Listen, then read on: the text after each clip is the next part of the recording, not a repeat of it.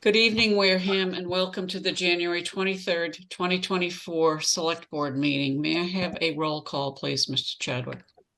Tonight we have Ms. Whiteside, myself, Jared Chadwick, Mr. Slavin, and we have Mr. Sullivan and Mr. Bone present as well. And absent is Mr. Bessie. Yes. Thank you. Pledge of Allegiance. Let's see. Alan Slavin. Mr. Slavin, please. Pledge allegiance to the flag of the United States of America, to the republic for which it stands, one nation under God, indivisible, with liberty and justice for all. Thank you. You're welcome. Announcements, Mr. Slavin. I'll keep it short because we've got a long meeting. On Sunday, we had the NESN, New England Sports Network.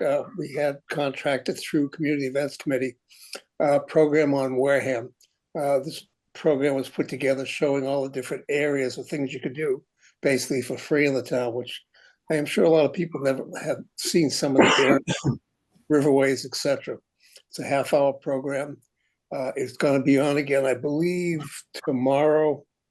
I think it's at 2:30 in the afternoon. There'll be another one on Sunday. It's also going to be on YouTube, and it's ENETV. And I think it's on the 26th. There'll be additional dates between now and May as well. The town is also going to get a copy to put on their website, and WCTV will be able to also get a disc for that and play it when they feel like it as well. If you have the opportunity, you really should take a look at it. Those people that did see it this past Sunday called us back, thanking us for an excellent job by Tom Richardson from basically the program put together. And we have to thank Community Events Committee for stepping up to actually provide the funding for this. Thank you. It was a great program. I have to say that I missed the first 2 minutes, I think, but I was entranced by it. Thank you, Mr. Slavin, for arranging that. Do you have more? No, unless I get an Oscar, I'm good. Okay. Mr. Chadwick, announcements? I only have, all right, I'm unmuted. There we go. I only have one, and you guys might have mentioned it last week. Just a congratulations to, I just blanked out. That's too much scootering around the fire department. Yeah, right. Retiring EMS director. I don't know why. David Evans. Thank you. Oh my God. Lack of sleep. I don't know if you guys mentioned it last week. I was absent due to mono, but I just want to congratulate him on his retirement and thank him very much. I know in 2014, he gave me my start as working as a medic in the actual 911 service. So I want to thank him very much and enjoy. I know it's going to be hard for him, but enjoy. Do you have a party scheduled for him? Are there tickets available still? We do. There is a party at Stonepath Mall, and it is catered by Danny Mankel, and it will be this Saturday at 5 p.m., the 27th of January. Tickets are online or in person. If you are still looking for a ticket, you can give me a call, 508-332-9159. Or if you just go to eventbrite.com and you can purchase tickets. Literally, you only have a day left to purchase the tickets. Otherwise, you're welcome to show up, but there won't be any food for you. Okay, great. Thank you so much. I have one announcement, and that is that starting on February 1st through February 12th at our Council on Aging in the Multi-Service Center, there will be tax preparation help for those who are 50 and over and who qualify for under certain income guidelines. To make an appointment, and you absolutely have to have an appointment, call 508-291-3130 and ask to be put on one of the appointment times. Again, that's through our Council on Aging, which continues to just make me smile in terms of all of the new programs and initiatives that they have managed to bring forward to our citizens. So thank you so much for that. That's it. We do have a very full agenda. We have a 7:15 hearing, which we can't do yet. And so I'm going to be jumping around on the agenda. Mr. Sullivan, Noah Sullivan, our TV person, is very aware of how I do that. So we'll do some jumping, and Mr. Chadwick and Mr. Slavin are also used to having to do that. Mr. Sullivan, Noah Sullivan, would you let in Celine Hassel and Wendy Young? Would you two please raise your hands? Celine Hassel and Wendy Young.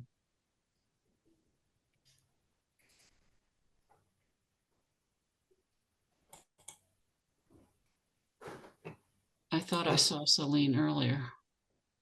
Yep, Celine, please raise your hand. Celine has been let in. Oh, okay.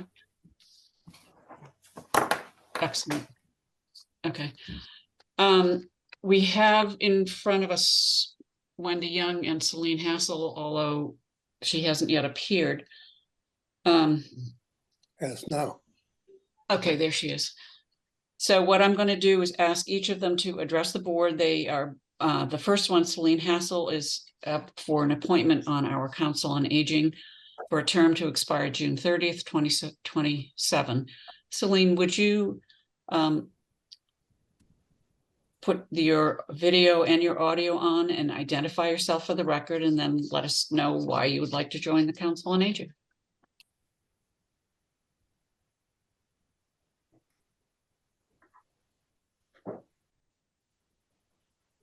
Okay, Wendy, you're here.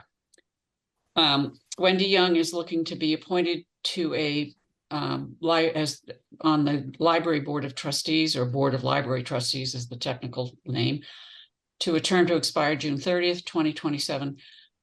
Wendy, would you identify yourself for the record and speak to why you would like to be on the library trustee? Ms. Corbett and Ms. Van Nest, and there was another person from the library. We have your letter of recommendation. It is not a hearing, so I can't let you speak to your support, but we have gotten your support in writing. Go ahead, Wendy. My name is Wendy Young. I actually was on the library board of trustees back in 2015 for a year, and I didn't get to serve out my full term, and I thought it would be a good thing to go back because I very much believe the library is very important to the town and They asked me to sign more in. attention to. Thank you. Mr. Chadwick or Mr. Slavin have any questions of Wendy? What's this? Oh, they No, were. just thank you for applying. Thank you. Thank you. Wendy has been to at least one of the meetings. I was there, the meeting that she was at, but again, she's had experience on the board previously. I'll accept a motion. I move to appoint Wendy Young as a member to the Library Board of Trustees with a term to expire June 30th, 2027. Second. Was the motion made and seconded to approve to a term to expire June 30th, 2027? Is there any further discussion on that motion? Hearing none, I will go for a roll call vote. Mr. Slavin, Yes. Mr. Chadwick, Yes. and myself, yes, it is so. Wendy, in order for you to be sworn in, you need to take the ethics training as well as the open meeting law training, and there's some other documents that you will need to sign and bring to the select board's office on the 3rd floor of Town Okay. Hall. Thanks so much. Thank you. You're welcome.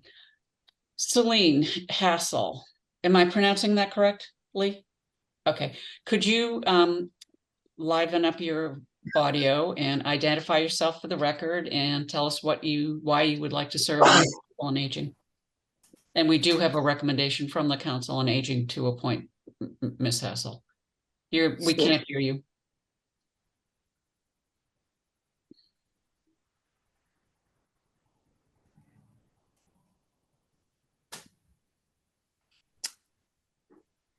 Hubby's gonna fix it. Yep. Now can you hear me? Yes, thank you. Okay, sorry you. about that. No problem. I'm not using my own computer. Okay. Okay, you have my application in front of you, so you know my employment history. And I joined as a volunteer in October, and I started working with board member Janet on the goodness On the council. on the council, but on the card program. We have Oh, a okay. card program. People just donate, and then we have to separate and put them on the racks.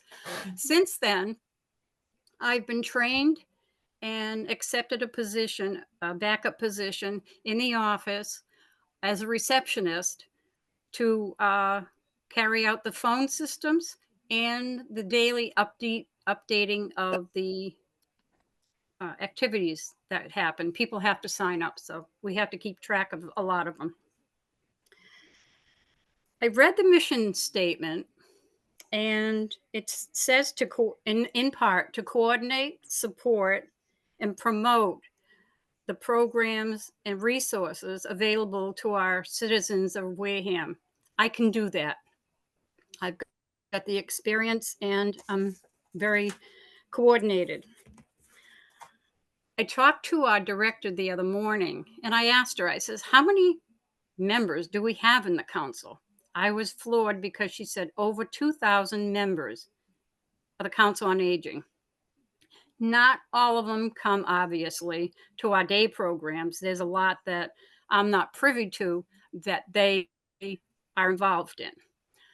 Some of the, I was telling her, in any given week, we have between 8 and 10 exercise programs of different levels so everybody can participate.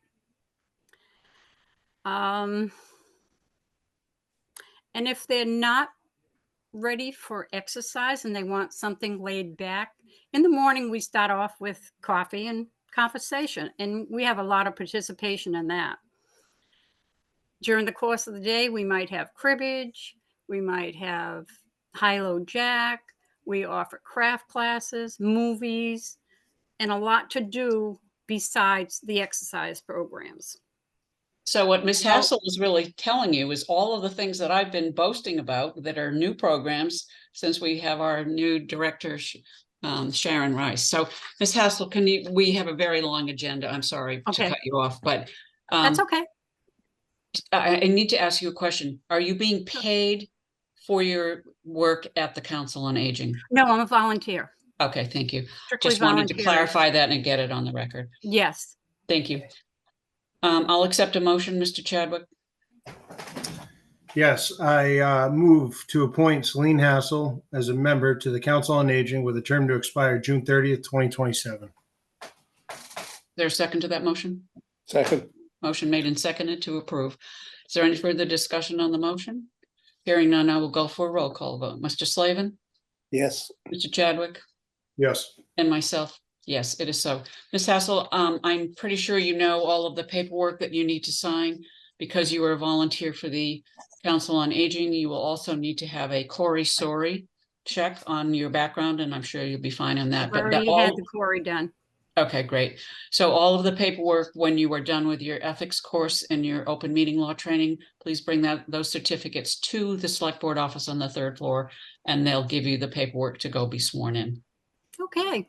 Thank you very much, both of you, Wendy and Celine. Thank you very much, board. Thank you. We're going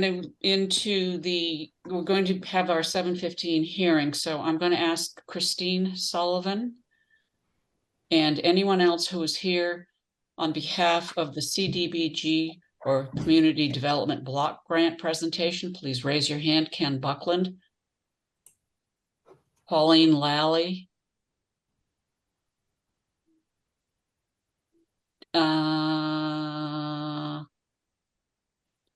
the presenters are the Christine and Pauline. We're not going to hear from you yet because we will hear the information from Ms. Sullivan on the grant. And then if there are people who wish to speak on the opportunities afforded by the grant, we will have you come into the meeting. So I will ask that, Pauline, you go back into the audience. Miss Noah, if you would accomplish that, thank you. And Wayne, you work with on the CDB, Jan, am I correct? That's correct. Yeah, okay, great. So there are three of you to do that presentation, am I correct? Mr. Buckland, Ms. Sullivan, and you, Mr. Dara, is that correct? It's correct. I think I'll probably be doing most of the talking. Okay, great. So I'm going to ask for a motion to open the hearing. This is a hearing. We will be hearing from all of you. We will open the hearing to people who have questions or comment. Well, it won't be questions, they will be comments. And at the end of that, we will close the hearing. Is there any question about what we're doing? No. So anyone who wants to speak during the hearing will be let in after we hear from the presenters. Mr. Chadwick, I'll accept a motion to open the hearing, please. I move to open the hearing for the Massachusetts Community Development Block Grant. Is there a second to that motion? Second. Motion made and seconded to open the hearing. Is there any further discussion on the motion to open? Hearing none, I will go for a roll call vote. Mr. Slavin, Yes. Mr. Chadwick, Yes. and myself, yes, the hearing is open. I would ask the three of you please to identify yourself for the record, and then whichever one of you is going to take over, please do. My name is Wayne Dara. I'm the president of Community Opportunities Group. Community Opportunities Group has been the town of Wareham's CDBG consultant for a number of years now. Thank you. Christine? I'm Christine Sullivan, the program coordinator for Community Opportunities Group. Thank you. And Mr. Buckland? Ken Buckland, Director of Planning and Community Development. Thank you so much. Mr. Dara, go ahead. Thank you very much, Chairperson. Got a number of things to get through here tonight. We are, this is the first public hearing related to the town of Wareham's FY 2024 mini entitlement grant application. I'd like to talk a little bit first about some of the changes that were made to the CDBG program for this funding round. If you remember last year, the state had combined two funding years, FY22 and FY23. We are back to just a single funding year this year, FY24. The state has also made a change in the amount of money that they are funding their mini entitlement communities with. In the past, and for the past 10 years or so, the amount that Wareham had been guaranteed every year was $825,000. This year, it has been increased to $925,000. We are going back to an 18-month implementation period, which goes from July of 2024 to December of 2025. We have some other changes or policy options that we can pursue this year.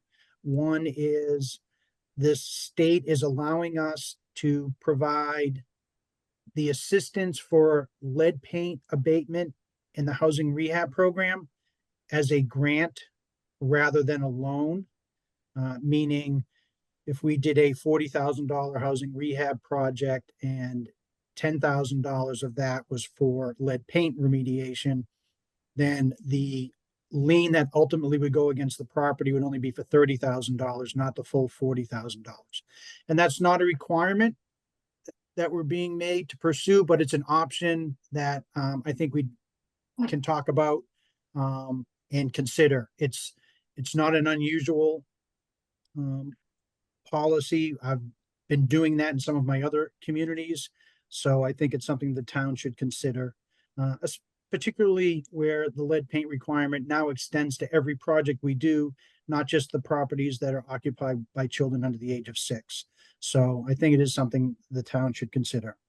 The other change that's been made is the federal government has instituted a Build America, Buy America program. So any project we have that is over $250,000 of federal funding, we need to include requirements that purchases of certain materials be made.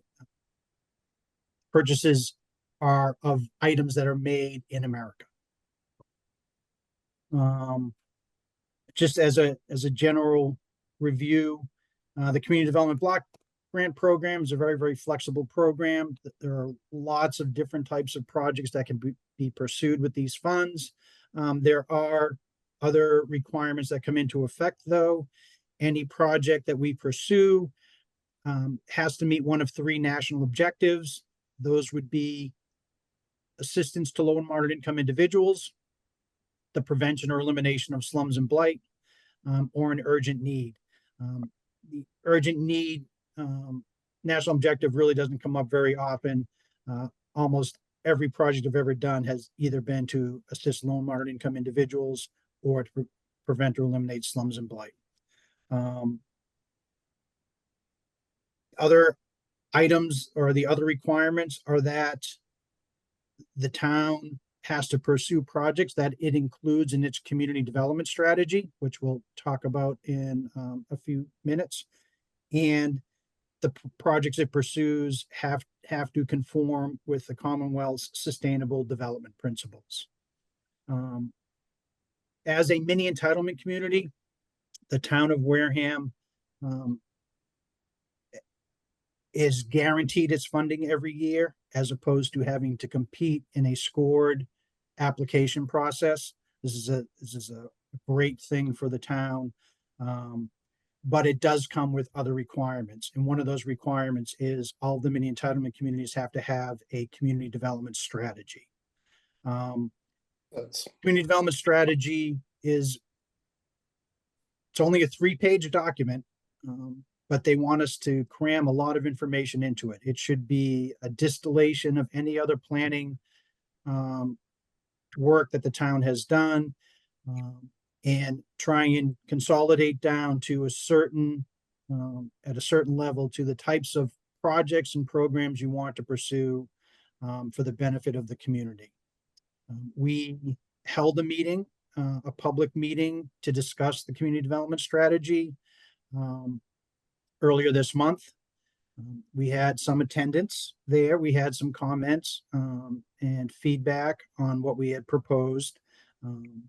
We've provided the community development strategy to the board. We've posted it on the town's website. We've made it available in a number of different ways. We are comfortable with what we've included in the community development strategy in terms of goals and objectives for the town. We think it covers quite a few different areas and gives us a lot of flexibility for the types of projects we'd like to pursue. I would like to know if there's any comment or proposed amendments to the community development strategy by any of the board members. Mr. Slavin. Wayne, the only thing that I can see, we have a lot of really, I would say, extremely beneficial proponents for funding from the grant.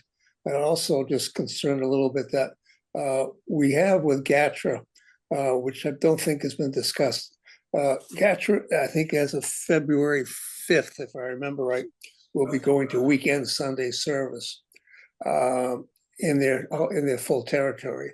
Obviously for Wareham, this could be a big benefit to a lot of people, seniors, etc., who would need transportation, on weekends, which they don't have now. So whatever we have scheduled or estimated for the GATRA costs will probably go up as much as 20% simply because of the weekend accessibility. This is not a short-term program, but they've made a full commitment to this. So I would not only bring it up for Wareham, but any other community you work in that has this kind of program, they need to look at that. Thank you. Thank you. No, Mr. Chadwick, you're all set. Okay. All right, Mr. Dare, is that basically the breakdown of what you're suggesting or outlining? Is the 3-page graph thingy that looks like this? We're not quite there yet. Okay. Chairman Whiteside. Yeah.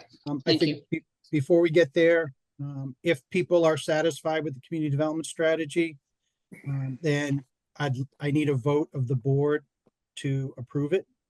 Okay, let me ask Mr. Bowen a question, please. Mr. Bowen, would it be appropriate now for me to have the public weigh in on whether they approve of the strategy, or is that just for us, sir? Well, it's a public hearing. I'd let the public have say. Okay, thank you. Then if you choose to speak on the what is it called? The strategy. Community development strategy. Community development strategy, which has been discussed previously at least one hearing. Please raise your hand.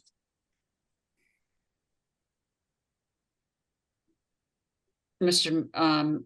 McCulloch, do you choose to speak on the strategy, the community development strategy? No. Is there anyone who chooses to speak on the community development strategy, which is before this board? He keeps. Yeah, he keeps jumping in and out. Would you let Mr. McCulloch in? I'm going to ask him if he chooses to speak on the strategy. I think he chooses to speak on something later on. Would you let Mr. McCulloch in, Noah, please?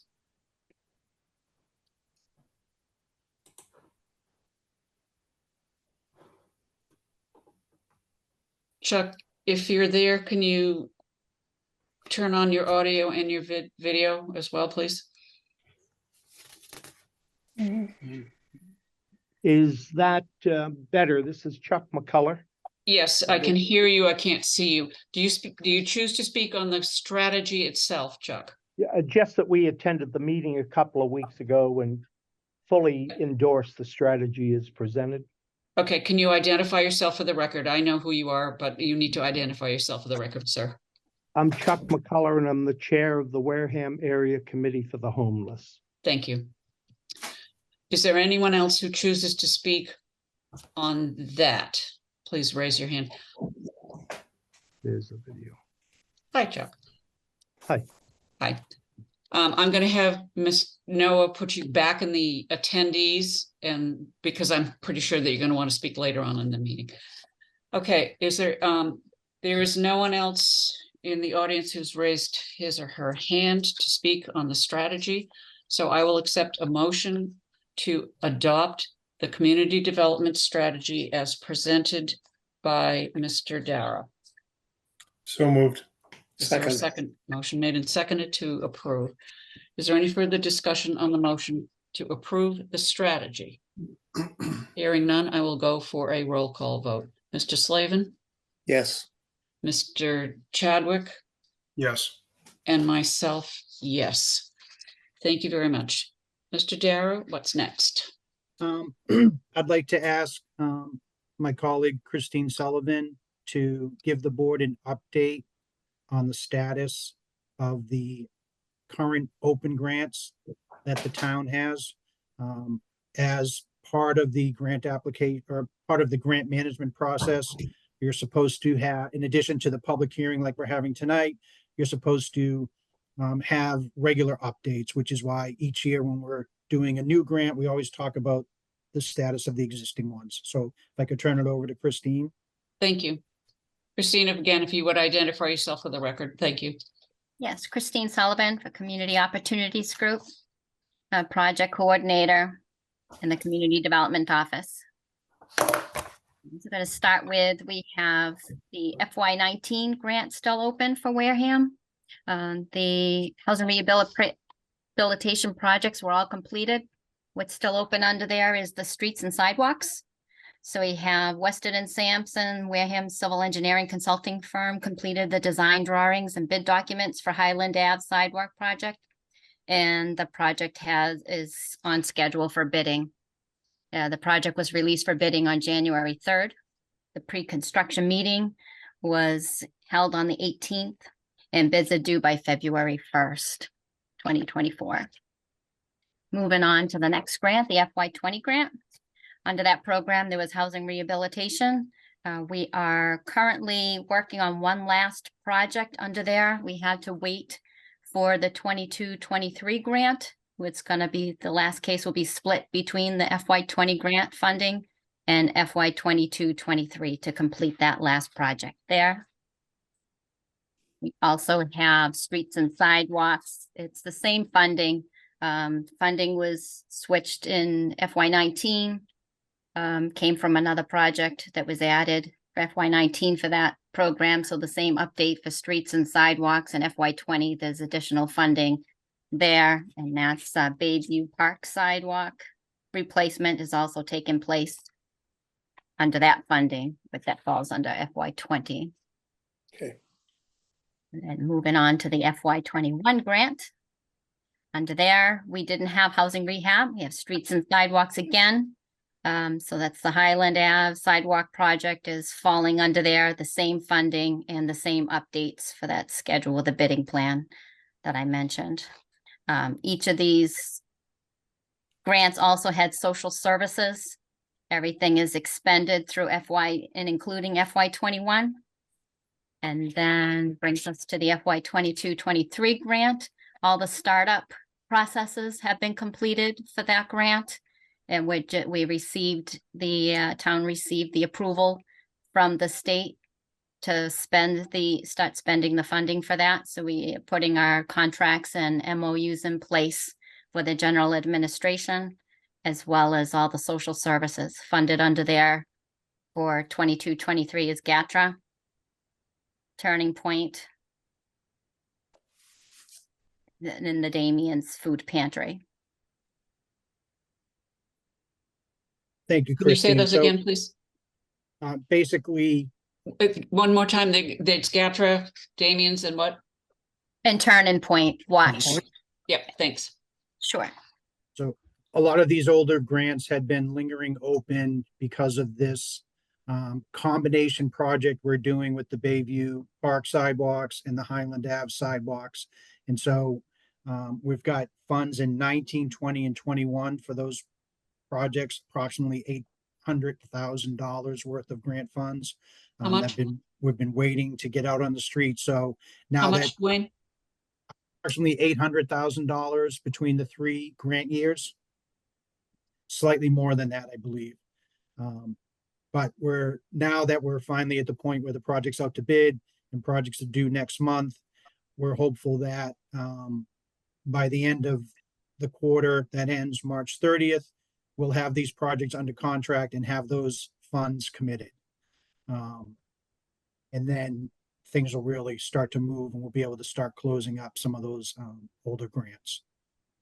And as Christine said, all the startup is done on FY 22-23, and we are ready to turn on the spigot, so to speak, for funding with those programs. I just have one question. Is this part of what you sent to us, Christine? You sent us different documents. The updates? Yeah. No, I did not. I could certainly send along quarterly reports that we sent to the state if you'd like.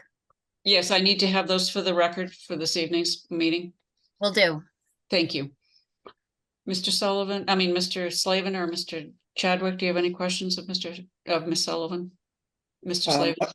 My only question really is that in prior years, we had some issues where we had funds that we weren't able to use for some reason, whatever. My concern is always that we don't lose some of the funding, because when the state sees that we don't use it all, there's a tendency to decrease the overall grant. I know we were over $1 million at one time some years ago, and I think we're back into the $800,000 value these days. So I'm hoping that everything gets used and doesn't have to be turned back because it doesn't work well. Thank you. Thank you. Mr. Chadwick? Also, thank you. Yeah, just one real quick. I know I asked this question last year, but I guess as I get older, my memory is starting to fade. What's the max that an organization can request again? A social service organization? Yes. There is no maximum on an individual request. There's a maximum on the percentage of the grant that can be used for social services, and that cap is 20%. Okay. But you could, theoretically, you could spend the entire 20% on one social service organization. Yeah. Thank you. Any other questions of Mr. Darrow? Again, Mr. Bowen, I'm going to ask if it would be appropriate for the public to comment. That's been a presentation of facts. Where are you? Always Mr. nice to Bowen. let the public have its say. Okay, thank you. Is there anyone who would like to speak to what Ms. Sullivan and Mr. Dara have just explained? Please raise your hand. I see none. Then, Mr. Bowen, do you have something else? Because you have your hand up still. Oh, You- no. Okay, thanks. Okay, Mr. Dara, you want to move on that one? Sure. So I think it's time for us to start discussing what we could potentially include in the FY24 grant application. The board is in possession of letters of interest from 5 different social service organizations that provide services to the residents of Wareham. One of the requirements of the CDBG program is we can fund up to a maximum of 5 social service agencies. So from that point of view, we have the opportunity to provide funds to up to 5 organizations. We have requests from 5 organizations, so it's possible for us to provide some amount of funding to each of the organizations if the board so desires. But the total requests of these agencies exceed what we can ultimately fund under that 20% limitation.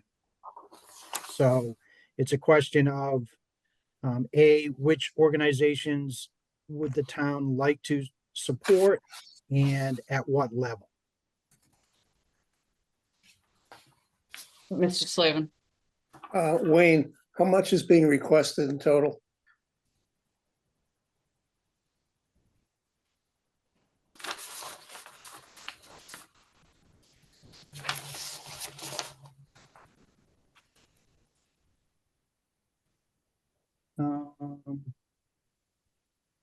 Where is it, Christine? I can't seem to find it on this chart. On the spreadsheet, so the total social service request is 989,750. And that's more than the entire grant. Right. So it's on Oh. this stuff, right, Ms. Sullivan? Oh, Yeah. Christine, I'm sorry. Oh, we had- forgive me. I included general admin in that total. I'm sorry. I should have separated out just the social services. So back that out. So there's an extra general admin right now is included in 277,500. And then also a separate activity we can talk about is also in there for 30,000. So back Well, that what- up. What would be the net that actually looking for? So the maximum we can fund, 20% of the grant would be 185. And right And- now we have approximately $232,000 in requests. Being an accounting major in life, I think the simple thing to do is if we take the 185 and take the 232 and do a percentage, you hit the 5 groups and each one gets that percentage, what they asked for.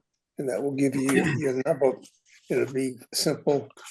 Nobody's getting an advantage over anybody else, so there should be no complaints. So create a ratio out of the amount available divided by the amount requested and multiply that by each individual request to get to the final amount for each organization. Yeah, unless people want to individually fight for each group. I just think it's a simple way for the board to do it, to be extremely fair, that there's no bias, so that any member of the board has one group or another that way. But I just want to, I want to make sure that the applicants who are here have an opportunity to speak before we make that decision. Can I say one thing real quick? Yes, Go ahead. sorry. these 5 groups, this money is solely for Wareham, correct? It's for our community. Correct. Right. Correct. It has to be expended on Wareham residents, even though some of these organizations work in a regional nature, they can only use this funding for Wareham residents. Correct. And they are able to follow that requirement and document that that's how they have used the funds, Mr. Chadwick. Correct.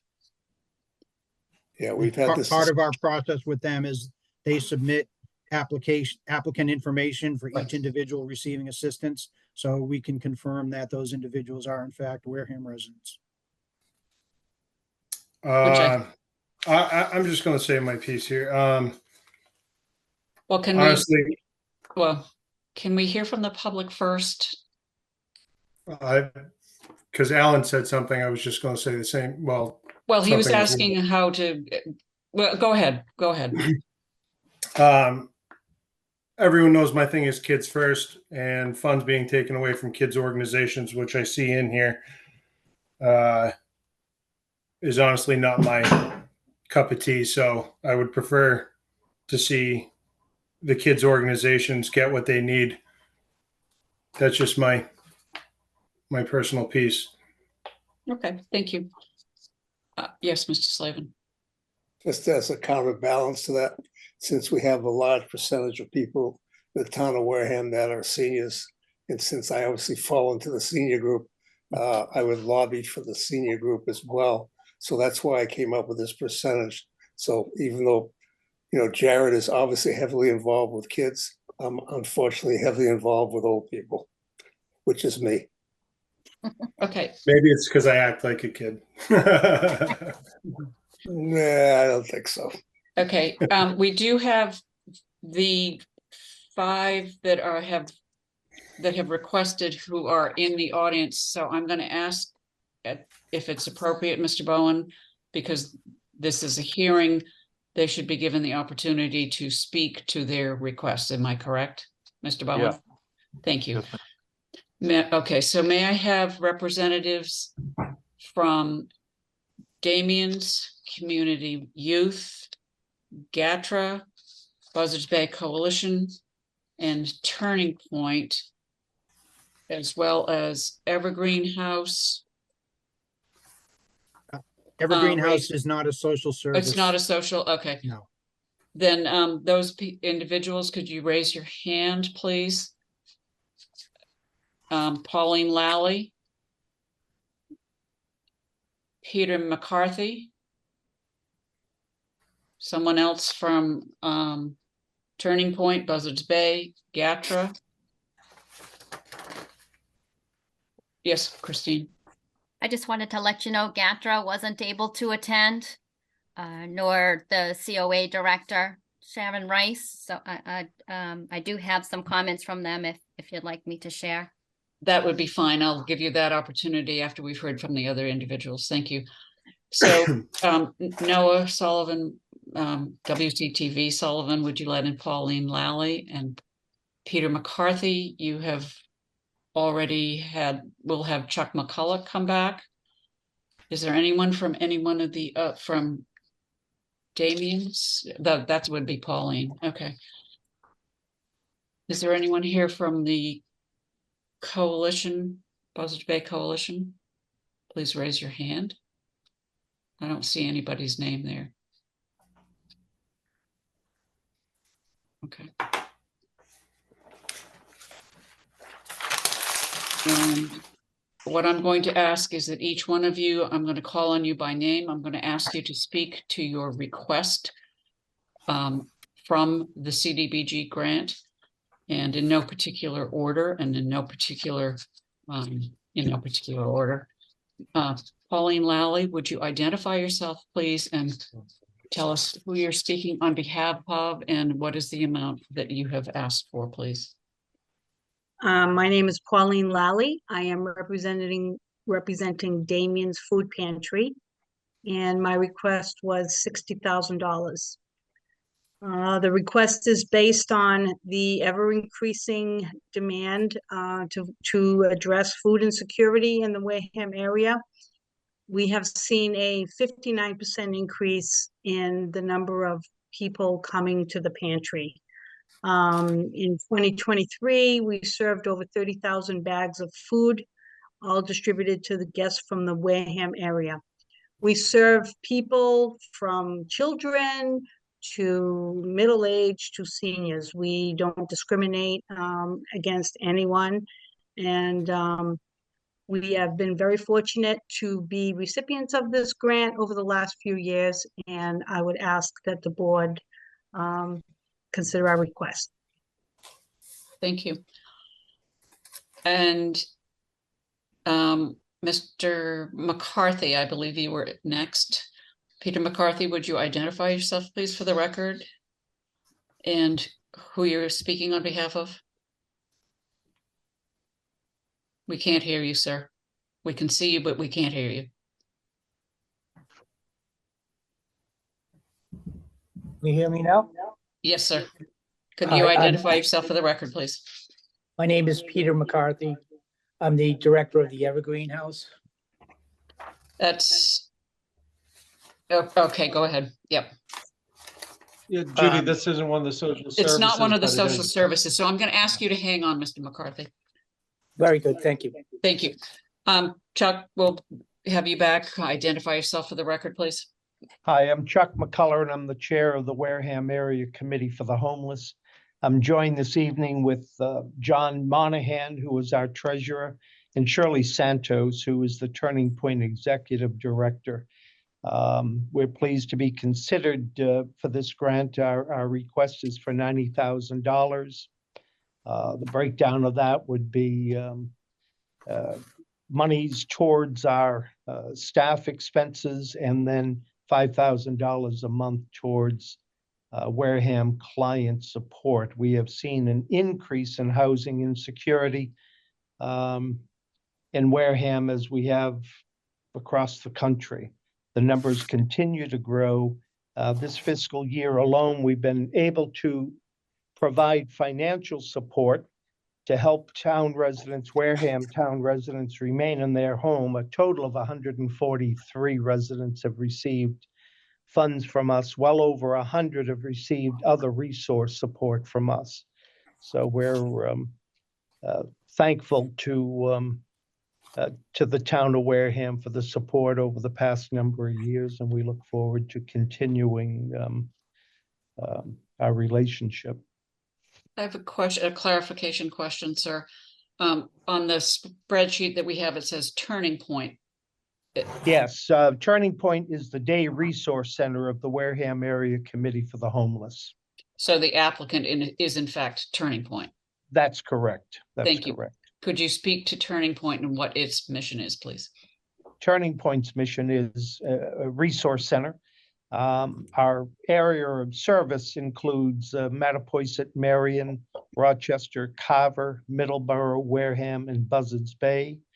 The funds that we're requesting here would be directed solely to the residents of Wareham.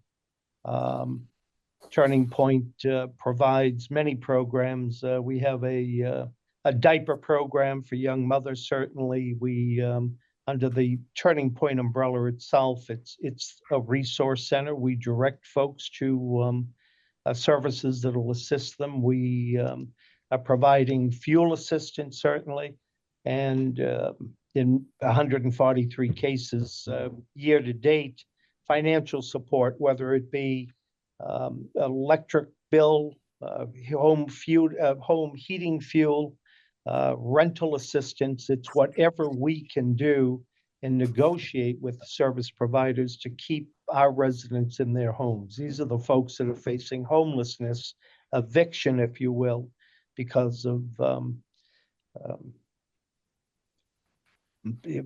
bills not paid. Yep. So, thank you. Yeah. Is there anyone here? Oh, I'll have Ms. Sullivan speak to the GATRA on behalf of Council on Aging. Is there anyone here to speak on behalf of Buzzards Bay Coalition? Please raise your hand. And Community Youth Empowerment. Is there anyone here to speak on behalf of Community Youth Empowerment?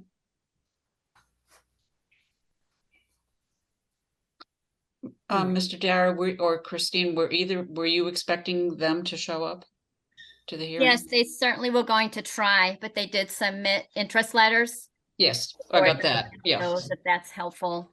Yeah. And we Okay, included great. them on the spreadsheet with a potential budget in addition to what they themselves requested, if that's helpful to the board. Okay. I think I would now ask you to speak on behalf of the request from GATRA, which is GATRA and which would benefit the COA. Am I correct? Yes, that would be seniors from the COA that use the various GATRA services, dial-a-ride, the out-of-town medical transport, that's very important to them and very costly, and the everyday bus passes. So we did a breakdown. GATRA was not funded in 2021, and their 2020 funding ran short. So based on, they did a breakdown of the last 8 months or so.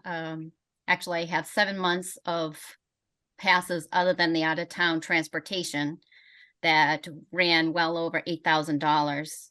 And then the out-of-town transportation for 5.5 months, the cost was over $12,000. So breaking that all down, we came up, they've divided that out over 18 months, which would be the FY24 grant, came up with over $60,000, and their ask is $60,000 even to hopefully get them through that period of time. Okay, thank you. Sure. And for the record, Buzzards Bay Coalition, which I will read into the record so that the public knows what the asks are for. They are not here to represent themselves, so I will read into the record what they have submitted. Buzzards Bay Coalition, which would be for Waterfront Training Academy, which is an after-school and summer school program to teach kids and grown-ups how to sail, swim, and use the waterfront. They enroll between 20 and 40 low to moderate income Wareham youth ages 13 to 16, and their request is for $32,250. And then the other one that has submitted a letter would be Community Youth Empowerment Group, which is a recent addition to the support groups offered by community members in the town of Wareham.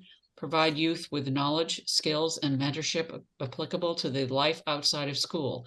They have several workshops which are targeted to kids between the ages of 14 to 18, and they cover topics such as financial literacy, addiction, mental health, college preparedness, as well as job readiness. Their request is for $35,000. Have I covered all of them, Mr. Dara, Ms. Sullivan? Yes, you have. And Okay. if I could just make a comment to kind of put these requests in perspective. I know earlier this evening, I said that we're looking at an 18-month implementation schedule, and technically that's correct. The grant technically starts on July 1st, but as Christine and I just mentioned, the FY 22-23 grant just got all of its startup work done this month. It's not unusual for a community to lose the first 5 or 6 months of the timeline. In most cases, the grant awards aren't even made before July 1st. We typically hear in August sometime. So while we asked for 18 months of funding requests, theoretically, most of these folks will only have 12 months in which to effectively spend that money. So if these requested amounts are reduced by a certain percentage, I don't think it will materially affect the social service agency's ability to fund themselves over 12 months. Thank you. I'm now going to ask if there's anyone in the public who would like to speak in behalf of the request from GATRA, from Buzzards Bay Coalition, from Turning Point, from Damien's, or Community Youth Empowerment Group. Is there anyone in the audience who would choose to speak on behalf of those 5 applicants? Please raise your hand. I see none. So how would you like to proceed, Mr. Dara? I think if. Oh, I'm the dis- sorry, Mr. Derek Sullivan. Thank you, Madam Chairperson. Just a quick question, Wayne. Any of the organizations on the list, have we ever had to turn money back because they've not been able to go through the funding, to work through the monies? Not to my knowledge. Christine, do you know if we've ever had to send money back? I don't think we've ever sent any social service money back. No, I don't recall anything ever going back to the state. No, they've managed All to right, good. spend what they've been provided in the past. Great. Just trying to make Alan happy. Thank you. Thank you, Sport. Awesome. Mr. Dara, how would you like us to proceed now, sir? So if there aren't any more comments on the social services, I think I'd like you to move on to a discussion about Evergreen House and have Mr. McCarthy talk a little bit about what services they provide and what sort of assistance they're looking for. Thank you. Mr. McCarthy, would you identify yourself for the record again, sir? And thank you for joining us. Hi, I'm Peter McCarthy. I'm the director of the Evergreen House. As in my letter of interest, I described Evergreen House. We've been. Hey, Mr. McCarthy, excuse me, do you have another apparatus live? Because we're getting an echo. So if you have something like your phone or your iPad or something at the same time, we're hearing an echo. Yeah, how's that? Is that better? A little. Try it again. I'm gonna actually step away from the monitor. Yeah, that's better. Actually, thank you. As I've described in my interest letter, we've been providing help for many of the homeless men in the Wareham area since 1998. We've been providing shelter and recovery services. Recently, we lost state funding, and I'm going to step away again. Yeah, thank you. Can you hear me now? Yes, sir. Thank you. Now I can't hear you now. Excuse me, can you hear me now? Yes, sir. Thank you. So I work closely with some of the agencies that are getting part of this grant block and providing shelter and social services for the homeless men of Wareham. We recently lost some of our state funding because their guidelines were forcing us to accept their use of substances outside the premises of the facility, and that goes against our mission. So we've been trying to, continue the mission of providing social services and homelessness to the homeless men and substance abuse victims in the area, which there are many. I wasn't sure what the block grant, was specifically for, but we certainly are providing shelter for these men, and we could use the funds in repairing our facility as it is in desperate need of it. Thank you. Are there any questions from any of you? No. So as I mentioned earlier, this wouldn't be a social service activity with Evergreen House. What we would be doing is providing assistance to them to upgrade their facility, do repairs, windows, roof, other interior systems that need to be brought up to date. Would sort of be like a big housing rehab project, but on a what's essentially a group home for homeless individuals and recovering individuals. Thank you. I will now ask if there's anyone in the audience who would like to speak in support of this or make a comment about this application from Evergreen Sober House. Please raise your hand. I'll ask again, is there anyone who chooses to speak in support of this application?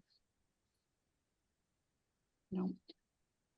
Okay, Mr. There is some Darabont, gentleman with me. I'm sorry. Could you identify yourself for the record, please? My name is Bob Powell-Anis. Bob, back away from the, yeah, thank you. Try again, because there's this terrible echo.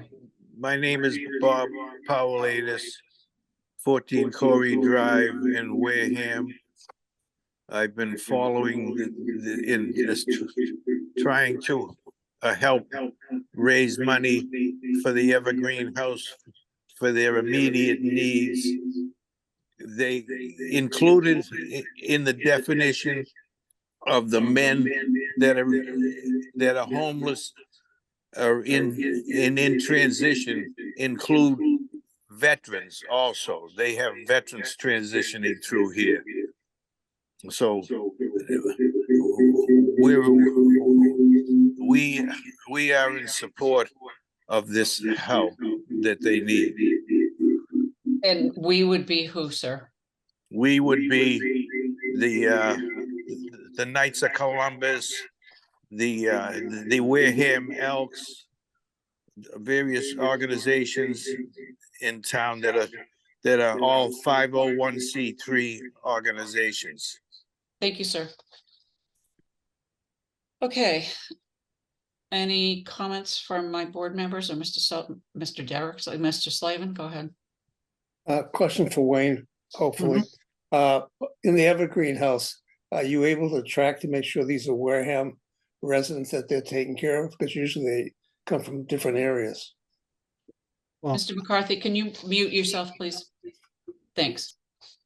by Mr. Derrick? definition, if they're living in Evergreen House, they're a Wareham resident. And we're basically R&Ring their facility itself, not really the services. What are we allowed to actually fund for that? I'm sorry?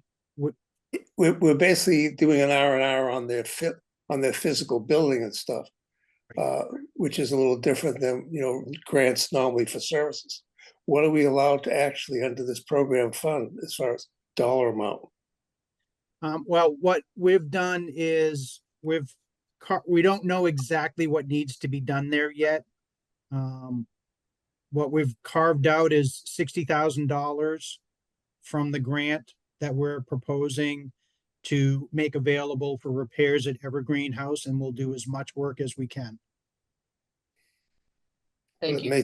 Would it make sense to use the same formula that I recommended and use that percentage for what they asked for to keep everything in line? No, because again, we're not treating this as a social service. It's being done as other housing. Okay. So it's a slightly different type of project. It's a new type of project for us. We haven't done something like this in Wareham before. I've done similar projects in other communities, but as I said earlier, it's basically going to end up being a large housing rehab project on their facility. My last question would be, is this funding going to take away from any other funding that we normally do? I mean, it's $60,000 out of the 925. In addition to everything we've talked about here tonight with the 5 social services, we've also got approximately $400,000 to do more housing rehab in town. So I don't think it's taking away from anything else. I think it's a worthwhile project for the town to pursue. Thank you. I have no question. That answers everything I need. Thanks. Mr. Chadwick, any questions? No. Mr. Sullivan, Derek Sullivan? No, you hit it all on it. Okay, thank you. Mr. Dara, what would be appropriate at this time, sir? I think what I'd like to do is get a motion from the board to submit an FY 2024 mini entitlement application for up to $925,000. That would include a housing rehabilitation activity and other housing activity to support Evergreen House, and 5 social services up to the allowable 20% max under the grant, as well as administrative funding. So moved. So moved. So in essence, the spreadsheets that we have in front of us, which demonstrate what the original asks were and your recommendation, because they're somewhat different. In fact, they are different. But if you go to the second from the right column, that totals the 925, which is our grant for the year. Okay. And the last column, the 989,750 is the total of the asks that have been presented. Is that correct, sir? Correct. Thank you. Okay, Mr. Slavin, your motion was to authorize the application process to proceed. Is that what it was? That was mine. That was yours? Yes. Okay. And is that the proper motion, Mr. Dara? Yes. Okay. And there's a second to that motion? Second, and I have a question for Attorney Bowen. Yep. Rich, I am the vice chair of the GATRA Advisory Board. Obviously, I get no salary or anything else. Is there an appearance of conflict for me voting on the GATRA portion? Mr. Bowen? Well, that's an interesting question, Alan. I always give you. You're not paid as an officer, correct? Correct. All right. So I would say this is an issue under General Laws, Chapter 268A, Section 23B3, the appearance statute, and that as long as you disclose your relationship to GATRA in a manner that's public in nature, you may proceed. Thank you very Thank you, much. sir. So there's a motion and a second to proceed with the application. Is there any further discussion on that motion? Hearing none, I will go for a roll call vote. Mr. Slavin? Yes. Mr. Chadwick? Yes. And myself, yes. It is so. Mr. Dara, are we all set with you now? Actually, I appreciate your patience and your time, but I do have one more task for the board. Okay, sir. Thank you. Under the FY 21 grant, we had obtained funding to support or to create and fund a new domestic violence support initiative with the Wareham Police Department. It was a fantastic idea. My colleague, Jamie Reban Buckminster, did a lot of research on that, reached out to Bridgewater State University. The whole concept behind it was the town would work with the graduate students at Bridgewater State University who are in their social service program, and they would provide the counseling assistance to Wareham Police when they found themselves in a domestic violence situation, and also follow-up counseling to the victims of that violence. Unfortunately, the concept, while wonderful, didn't really come together. There wasn't a graduate student available to support the program. And it also became apparent that they would have only been able to support that program while school was in session, which meant, 1 month in the winter and all summer, there wouldn't be anyone to provide that service. So what we're asking the Board of Selectmen to do is to make a motion to amend the FY 21 grant to transfer the funds that had initially been set aside for the domestic violence program, $40,000 to GATRA, for us to provide additional funding to GATRA. Sir, on my agenda, I have it as fiscal year 20 grant. Is that not correct? I'm sorry, Christine, do I have the grant year wrong? Wayne, you have it correct. I made a typo. Sorry, Madam Chair. Okay, so there was a scrivener's error and it is for fiscal year 21. Is that correct, Mr. Dara? Correct. Thank you. May I have a motion, please? So moved. Thank you. Is there a second to the motion? Second comment again. This particular program, I had in the background, I was hoping this would happen. It was an important program. Unfortunately, Plymouth County really was not able to get it put together so it works. And again, I have to disclose as the vice chair of the GATRA Advisory Board, I'm voting on an article that does provide their funding. Thank you. Thank you, sir. Is there any further discussion on the motion to approve or amend? Is there, and hearing none, I will go for a roll call vote, please. Mr. Chadwick? Yes. Mr. Slavin? Yes. And myself, it is so. Is there any further things are there any further things that you need from us, Mr. Dara? No, I think I've taken enough of your time tonight. Thank you. Is there anything, Ms. Sullivan, that you would like to add? No, thank you. All set. Thank you for your time. Okay, and you'll send us all of the documents that, okay. Mr. Buckland, do you want to weigh in on anything, sir? No, only that the amount of paperwork and procedure that's necessary to process these grant applications is enormous. And the Community Opportunities Group and the two people you have before you now have been doing a yeoman's job at putting together the programs. Thank you so much. Thank you, Mr. Buckland.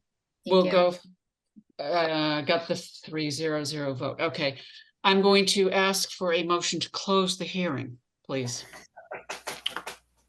I move to close the hearing for the Massachusetts Community Development Block Grant. Second. Motion made and seconded to close the hearing. Is there any further discussion on the motion to close? Hearing none, I will go for a roll call vote. Mr. Slavin? Yes. Mr. Chadwick? Yes. And myself, yes. Thank you very much. Mr. Thank Noah you so Sullivan. much for your assistance tonight. Thank you, Mr. Thank you. Sullivan. Noah Sullivan, would you remove all of those people, please, back to the attendees?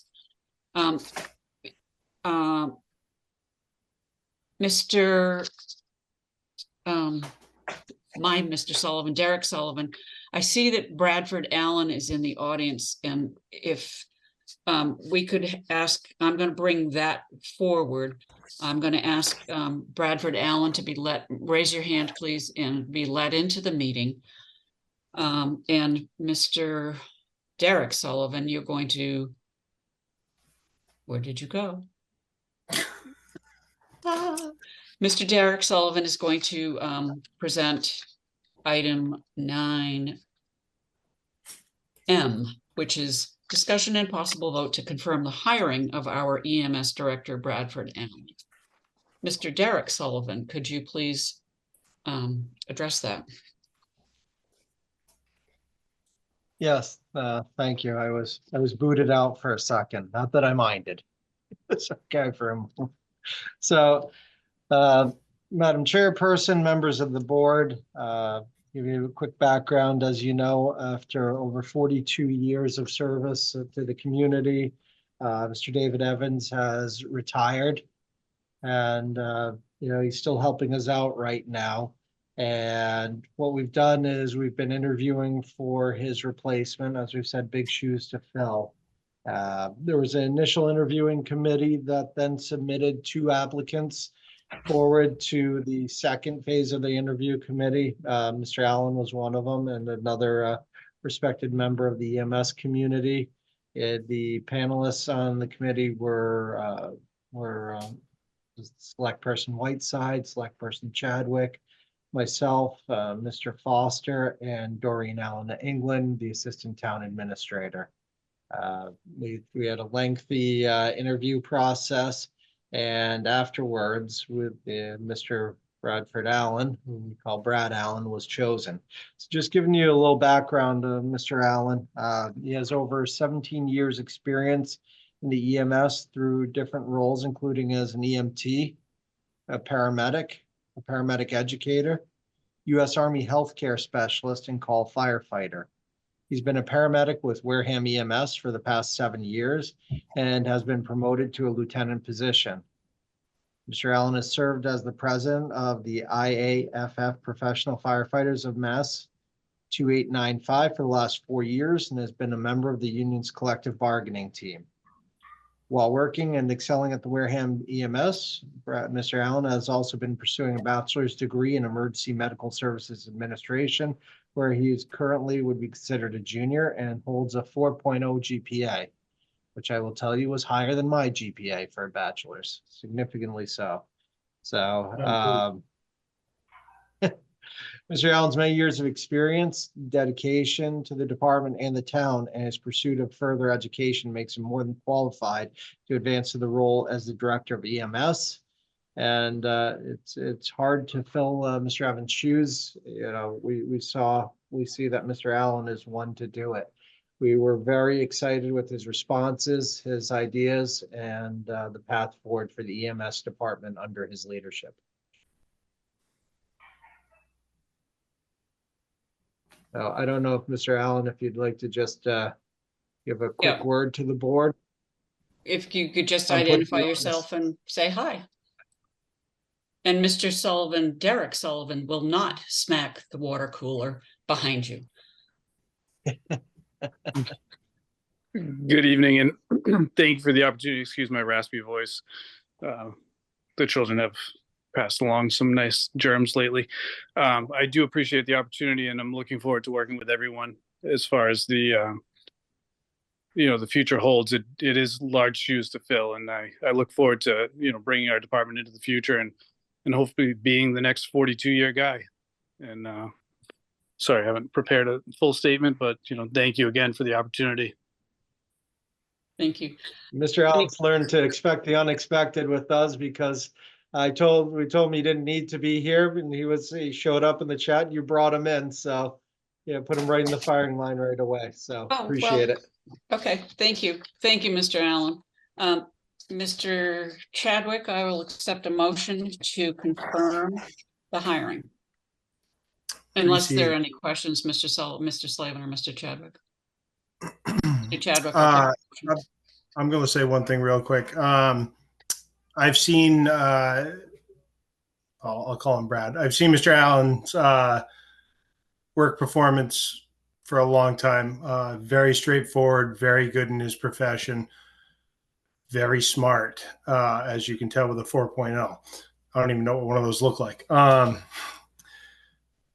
I feel real confident knowing that he's in charge of Wareham EMS.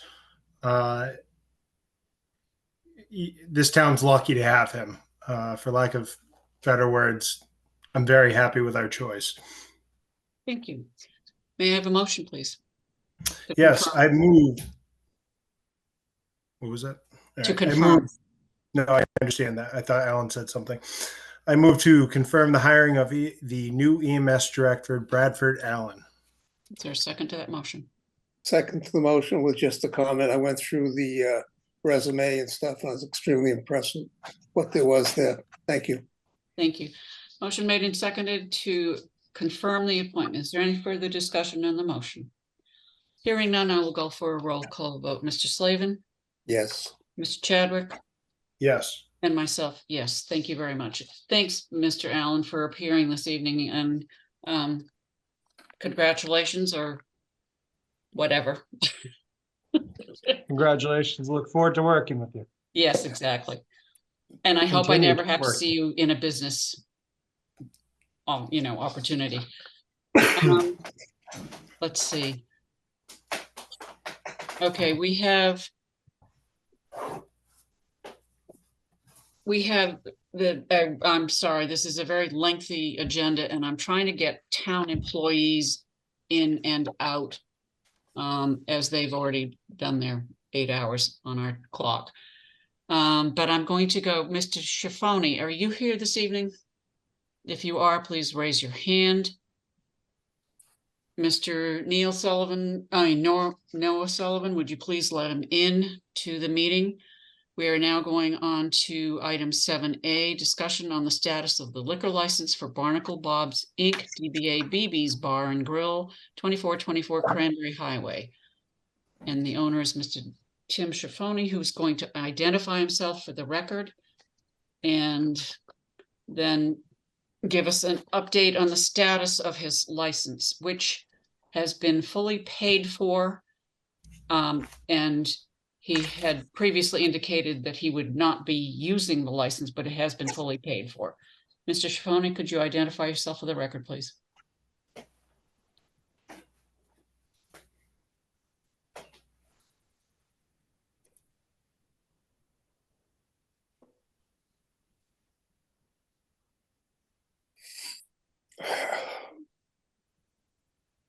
Okay.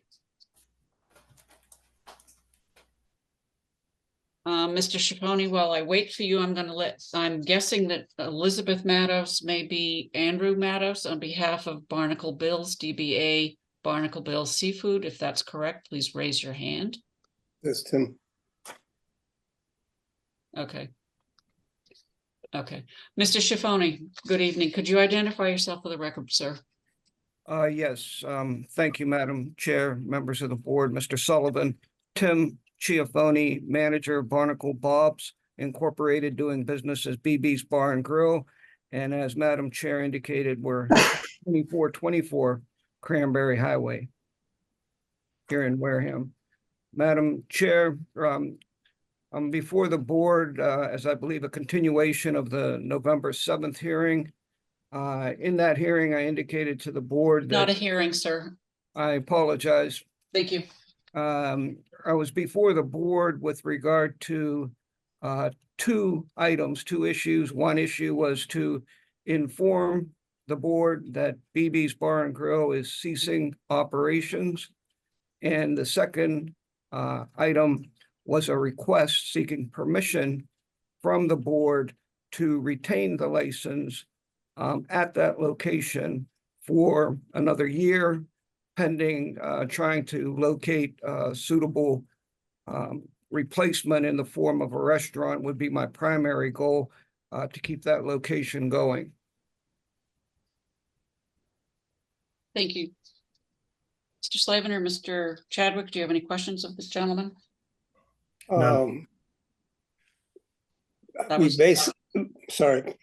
We basically have done this several times now.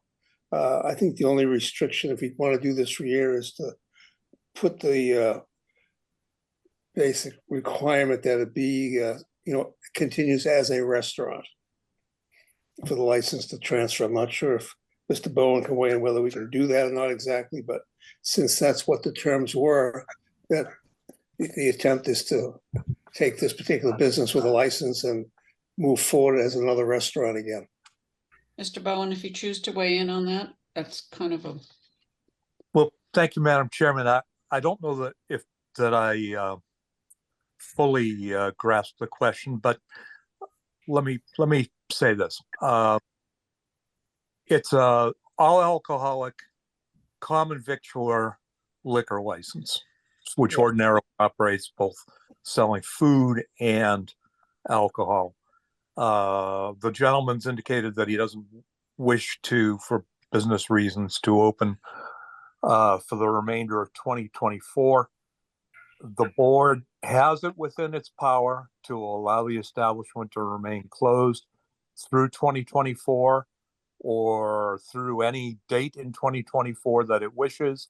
The board has it within its power to set further status update conferences in the future just to see what's going on. In terms of, we'll call them trigger points, the next big trigger point that you're going to face will be in November 2024 when renewals must be filed.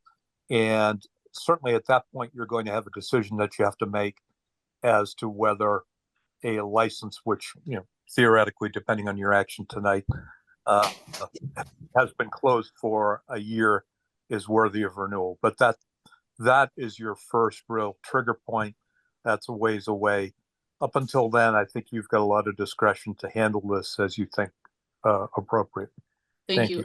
I'll note for the record that the establishment actually has been closed since October, I believe. Is that correct, Mr. Schifani? Madam Chair, that is correct. It was closed for a period of time for some renovations, and then we had our last function on December 2nd, which was a charity function, Shop with the Cops, and that went over very well. But other than that, you are correct.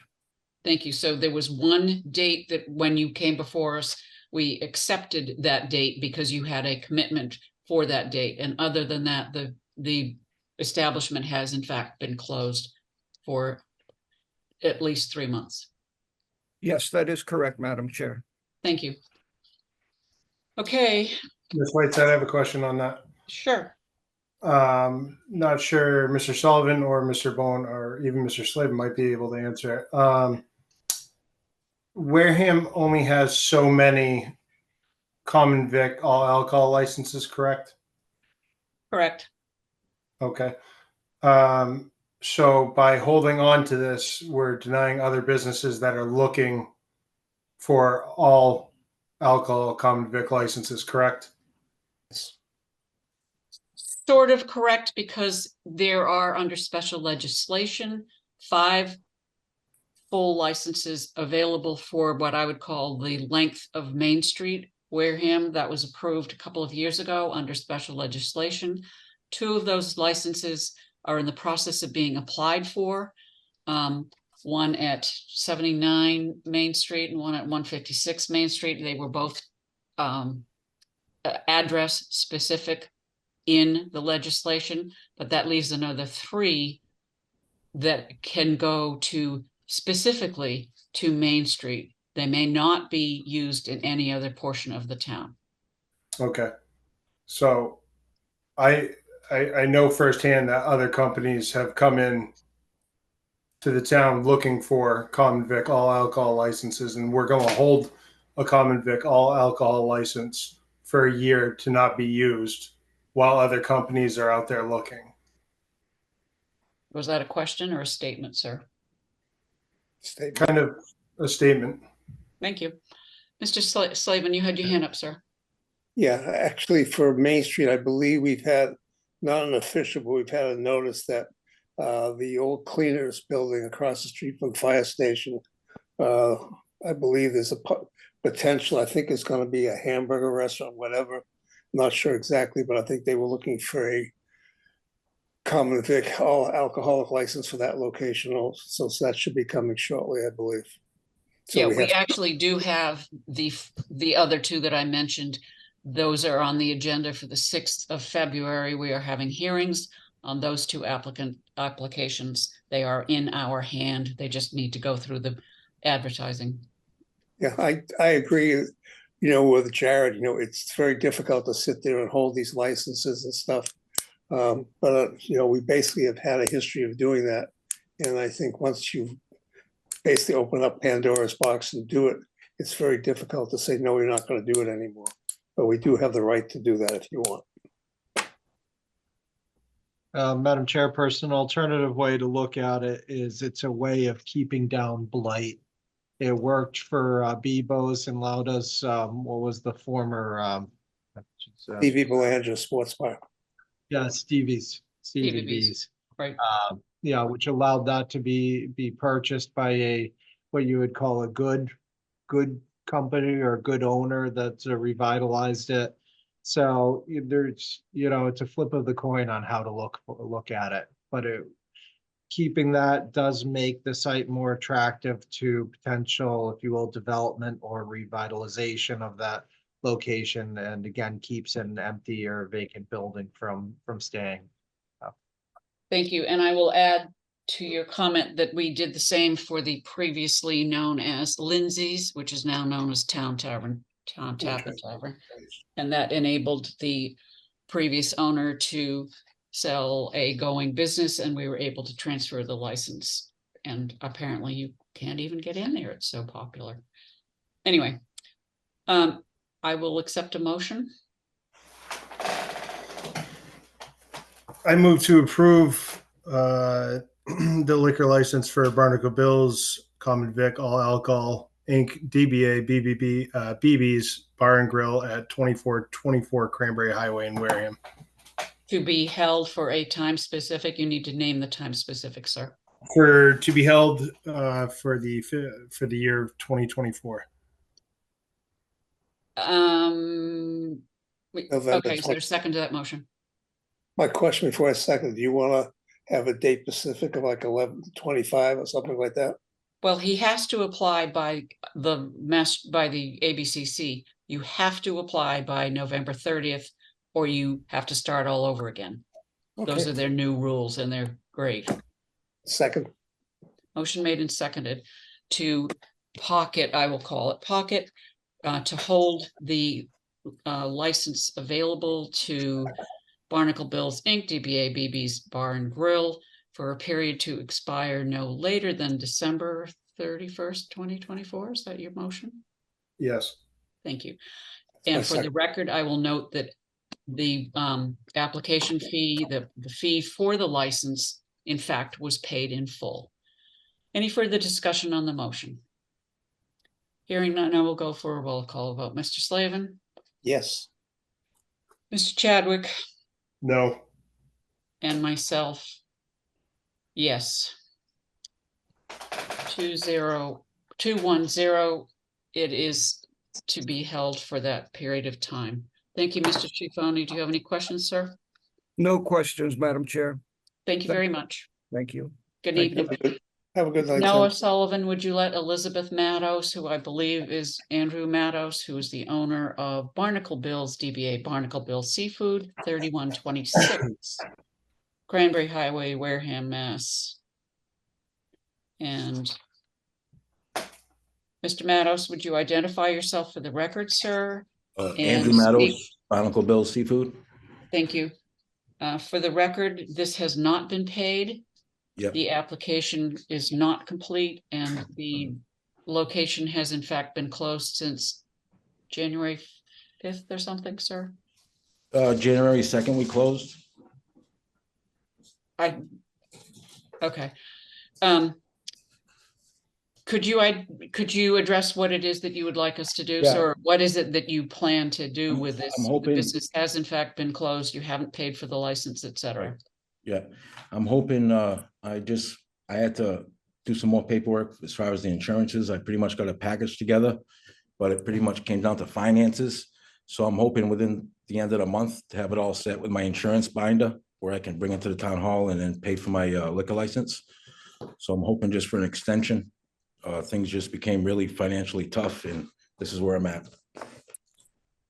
So he has applied for the renewal of the license within the required time frame, which is November 30th. It's just that it has not been completed due to the not paying and a couple of other documents that are not available. So you're asking us to not take any action until after the end of this month. Is that what you're asking for, Mr. Mattos? Yeah, hopefully maybe about another week, maybe the most 2 weeks, just to finalize the insurance binder and then get to the town hall and straighten that out. So I'm hoping like the max 2 weeks. All right, Mr. Slavin. Why don't we pick a date of February 15th to give them a little extra time that way? Is that okay with you, Mr. Mattos? Believe me, I'm appreciative of how you've been lenient with this situation. It's just finance has been tough and being closed, which trying to abide by the rules and the laws, and just been a little tougher, but I'm trying to get out of it. Okay, thank you. So February 15th would be okay with you. Mr. Yes. Bowen, you would like to weigh in, sir? Oh, just very quickly to the license holder. Sir, I just wanted to let you know that there's a school of thought out in the state regulatory authorities that a license not paid for is a license that no longer exists. Yeah. So, obviously that's not a school we want to visit. So right. The quicker you get that end of things, taken care of, I think you'll find yourself in a little less jeopardy. So just Yes. call it a word to the wise. Oh, yep, exactly. Okay, so I don't think we have a motion that is required here, but because if you put it in motion form, I think if we have what I'll call a gentleman's agreement, that the individual will have all of the documentation and the payment in hand at the town hall by February 15th, that we will take no further actions. If that is not the case, we will have to have some kind of action, further action, Mr. Matos. Yes, yes. Okay. Then I don't need a motion from any of you, and we'll go from there. Thank you very much, Mr. Matos. Thank you, guys. Thank you. Yep. Good evening. Mr. Chadwick, I'm going to accept a motion from you on 8A, and we're going to have, if Liz Chase is here, please raise your hand. But Mr. Chadwick, I'm going to have you do 8A, which is a renew the common vic license, sir. Appreciate.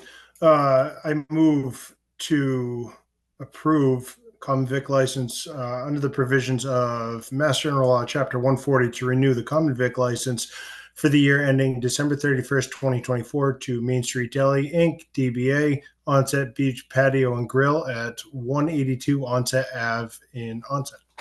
Thank you. Motion made and seconded to approve. Any further discussion on the motion? Hearing none, I will go for a roll call vote. Mr. Slavin? Yes. Mr. Chadwick? Yes. And myself, yes, it is so. I'm going to ask Chief Walter Correa from the Wareham Police Department, as well as Chief Jeff Oswald from the Onset Fire District, to please raise your hand. I'm going to ask them to step into the meeting as well.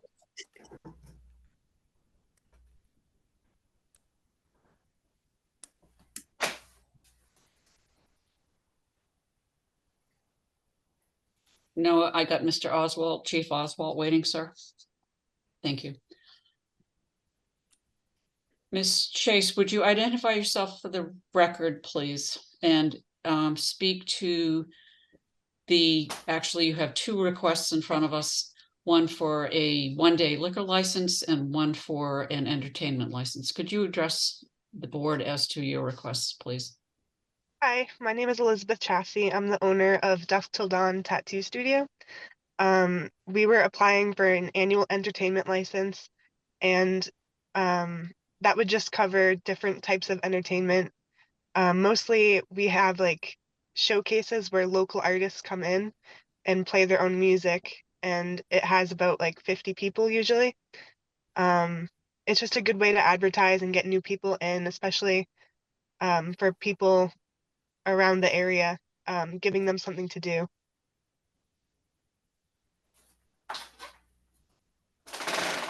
Any questions of the board? Yes, Mr. Bowen. Oh, thanks, Madam Chairman. Oh, hi, Elizabeth. How are you? Rich Bowen here, the Town Council. Mind if I ask you a few questions? Of course. Thanks. So I'm just trying to understand what you're applying for. The one-day liquor license, I understand. You're not a nonprofit, correct? You're a for-profit business. Yes. Okay, so that would have to be a beer and wine license, since full alcohol licenses are only available to nonprofits. So a beer and wine one-day license. Okay, so let's just talk about the entertainment license application. You are applying for basically for a one-day event, correct? No, the entertainment license, I believe, was for the year. It was a yearly one, so it would just cover, I think, us being able, like, permitted to have any type of entertainment for the year. Okay, so let's just back up. The liquor license, what date is that for? That's January 27th. Okay, so that's this weekend. All right. So these other entertainment events that you're going to have, is there going to be alcohol at those? I don't suppose you know yet. No, not always. Some of them we don't have anything. Or even like we'll have waters, but not alcohol. Okay.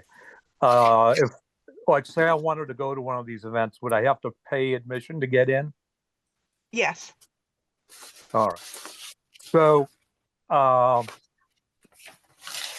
let's just focus on the event for the 27th just for a minute, because that's the one that's coming up and is a little, we're a little pressed for time on that one.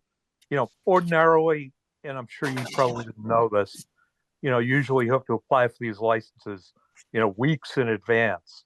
Right. So, And in the last year we had this one, I was trying to have my manager apply for it, and it was a little bit miscommunication and stuff. okay. So the thing that's this weekend, is it music, movies? What's it going to be? Yep, just live music, and then that's it. The bar Okay, too. a bar. Okay. Do you have a bartending service? Yes, we have a bartender hired, and we submitted her licensing already. Okay, and do we have insurance binders and tip certificates and things like that? We have From the bartender? Yeah. You have the tip certificate, you have nothing else. Okay. Okay. Well, and pardon me for jumping in here, Madam Chairman. Yeah, usually we look for an insurance binder from the bartending service. So let's just set that to one side. How many people are you expecting to come to the event? Between 100 to 200, if that's okay. We also had to check with the local town hall what the exact maximum occupancy is. Yeah. Okay. Normally we have around 50 people, but this one is with a different group, so we're expecting a little bit more people. I've never been to your place of business. I guess I don't have any tattoos yet, but the future's bright. Who knows? Can you describe what the place looks like? And It's let me very tell you big. why. Okay, good. I'm sorry. Good. Yeah. No. And let me tell you why. Anytime you get a crowd of 100 or 200 people, and especially an event where there's alcohol and entertainment, the first thing that comes to people's mind is public safety. And, Yes. and this region has such a tragic history. The Coconut Grove in 1942. I mean, the Station nightclub, fire. It just, oh gosh, it's just really horrible. So that's, naturally, that's the sort of thing we get concerned about. So tell us more about how big your place is, and how it's going to be run. So it's about 2,000 square feet. And the way it's set up is there's a front room and there's like a main room. So the front room would be used for the bar. No one would be in there except for the bartenders. And then there's like a window into the main room, so they would pass the drinks through the window. And the main room is pretty much like the 2,000 square feet. It takes up most of the space. And there are fire exits with fire extinguishers at each side. How many fire For exits are? security, oh, I'm sorry, what'd you say? Do you know how many fire exits there are? 2. Okay. What do they open out to? One opens out to the street and one opens out into the hallway. Okay, and the one that opens out to the hallway, what's this hallway? The hallway basically there's a hallway and it goes right out to the street too, so it's right out to the door. Okay, That's also thanks. where the bathrooms are. Okay, go ahead. Thanks. Tell us more. Okay, and then for security, for the last events, we've always had like 2 security guards and then also 2 police officers. The police officers were not from Wareham. That was brought to my attention. We should probably have them from Wareham specifically, but they were just there to kind of make sure and keep an eye on everything. And the security was patting everyone down and making sure there's no weapons or anything, checking IDs, stuff like that. Okay. The entertainers, are they going to have any pyrotechnics or anything like that? There's no pyrotechnics, but there are not even strobe lights, just like LED lights a little bit. Okay. And smoking, no smoking? No smoking, just outside. Okay. Madam Chairman, if I may, I'm just going to read a couple sections of the law for the benefit of the applicant and for the board, and then turn it back to you. And then, of course, I'll be here to the extent that you need me. We're dealing with two different sets of licenses. One is under Chapter 138, Section 14. That's the liquor license statute. That's the so-called one-day license. And the board has discretion to grant or not grant, just as you do with any other form of liquor license. So it's that particular license application is kind of like the sort of one that you see all the time and that you're most used to. Now, the entertainment license, that's a horse of a different color. That's a little bit different than the type of license that you usually deal with. And the reason for that is that entertainment is considered to be free speech under both the First Amendment to the United States Constitution and Article 16 of the Massachusetts Constitution. And so the legislature wrote a statute that governs this, and which governs this application. It's Chapter 140, Section 183A, and it deals with entertainment in places where alcohol will be served. And I'll just read it in pertinent part. It says that and I'm reading from the statute here, the licensing authorities, that's you, shall grant a license under this section. So shall grant, that's powerful language because this is First Amendment stuff. The licensed authorities shall grant a license under this section unless they find that the license, taken alone or in combination with other licensed activities on the premises, would adversely affect the public health, safety, or order, in that the concert, dance, exhibition, cabaret, or other public show cannot be conducted in a manner so as to protect employees, patrons, and members of the public inside or outside the premises from disruptive conduct, from criminal activity, or from health, safety, or fire hazards, or prevent an unreasonable increase in the level of noise in the area caused by the licensed activity or caused by patrons entering or leaving the premises, or prevent an unreasonable increase in the level of pedestrian or vehicular traffic in the area of the premises, or an unreasonable increase in the number of vehicles to be parked in the area of the premises. So what this says is that there's a presumption that the applicant will get the license unless one of those things I read is a problem. And the way you find out whether one of those things that I read about is a problem is by asking, your local experts, is there a problem? Or asking abutters, is there a problem? So, Madam Chairman, I think at this point, it might be worth having the board inquire of both the applicant and any safety officials who might be present, whether there are public safety or traffic issues, and weigh that information and see where you are. So over to you, Madam Chairman. Thank you.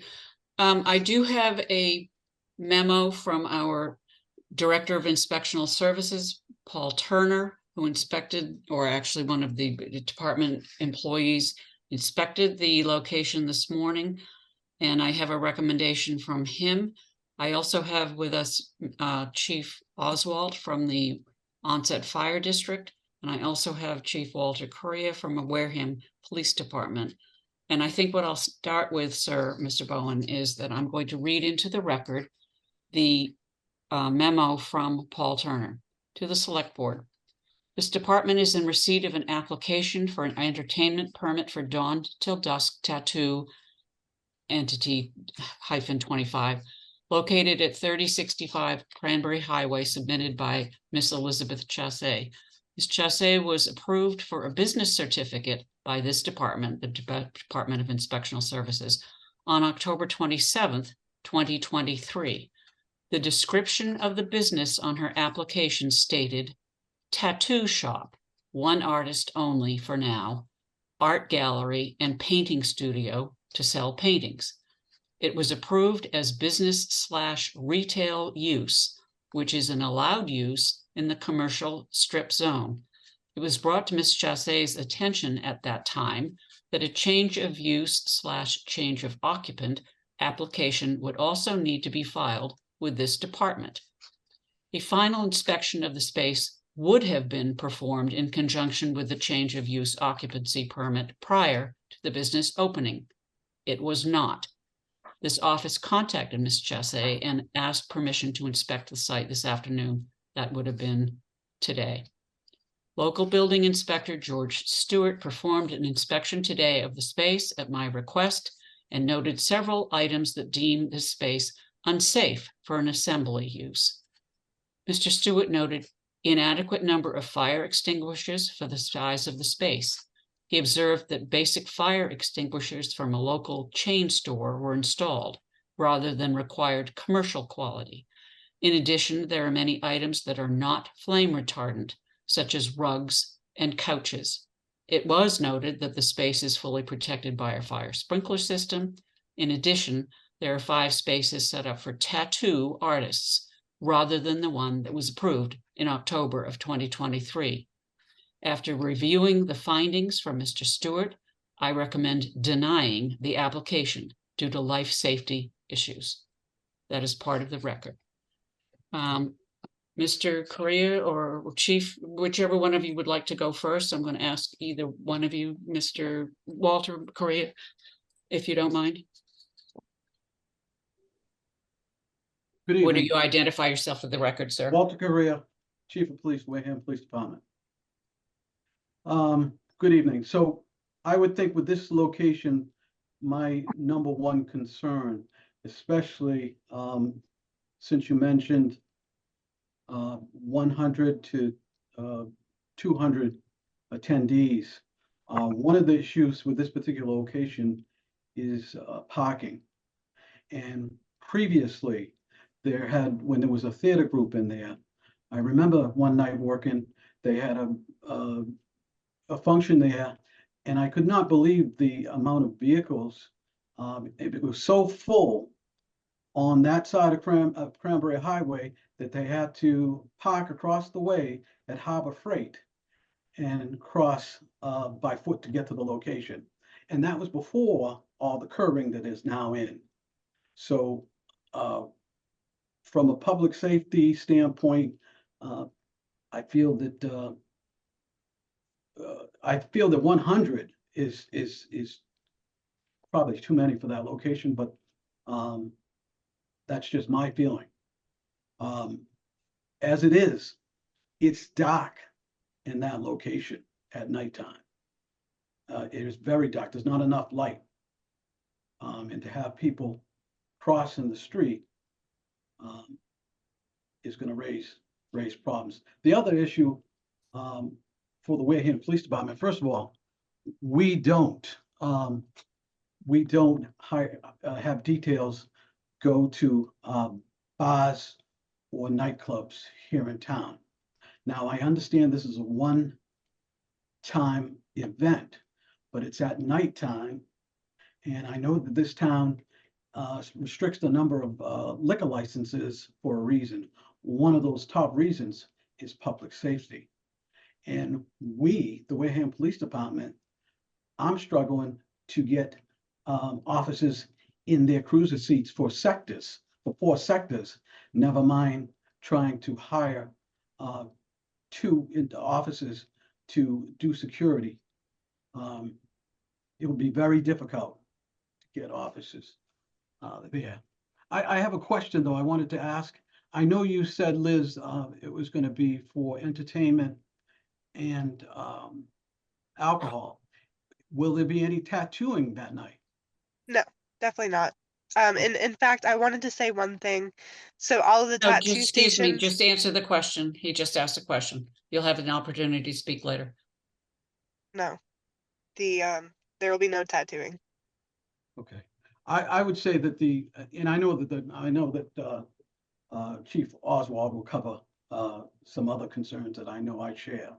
But I think the main thing is the amount of people and the lack of police, just on the regular, normal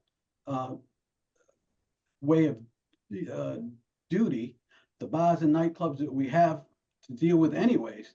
Now we're going to add one more location, and I think we're just stretching things a little too thin.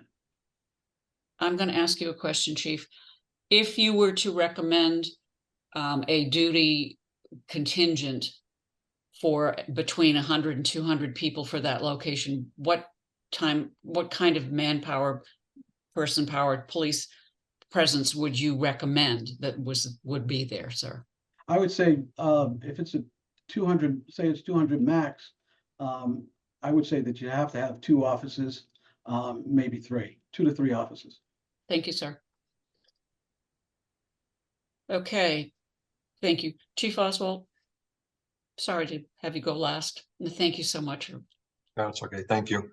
As Mr. Bowen said, Could you identify yourself for the record, sir? Sure. Jeff Oswald, the Onset Fire Chief. As Mr. Bowen had spoken about earlier, that tragic night in 2003 at the Station nightclub when 100 lives were lost and 230 people were injured, I have concerns about this as well. The current business is not fit for this use. As we know, it's not an assembly. The parking is a major issue, as Chief Curry had spoken about. I have a concern about the occupancy rating. I was waiting for an answer from the building commissioner of what the actual occupancy is for that unit. 100 to 200 people. I would have a question or pose a question for Mr. Bowen if they're required to have a crowd manager, because for every 250 people for a nightclub, dance hall, you are required to have a crowd manager on site. And I'm not sure if they have that available. Yeah, Madam Chairman, if I may. Yeah, Chief, you're right. And that's part of the problem with having sort of floating numbers here. I know when Liz was making her presentation and talking about other events, not so much this planned one coming up, she had mentioned 50 people, which that's kind of a different situation. This particular spot has some history because of the theater group that was in there. And without wishing to cast any aspersions, the thing that I worry about is the sprinkler laws and the fire suppression laws, which get triggered at that 100 number.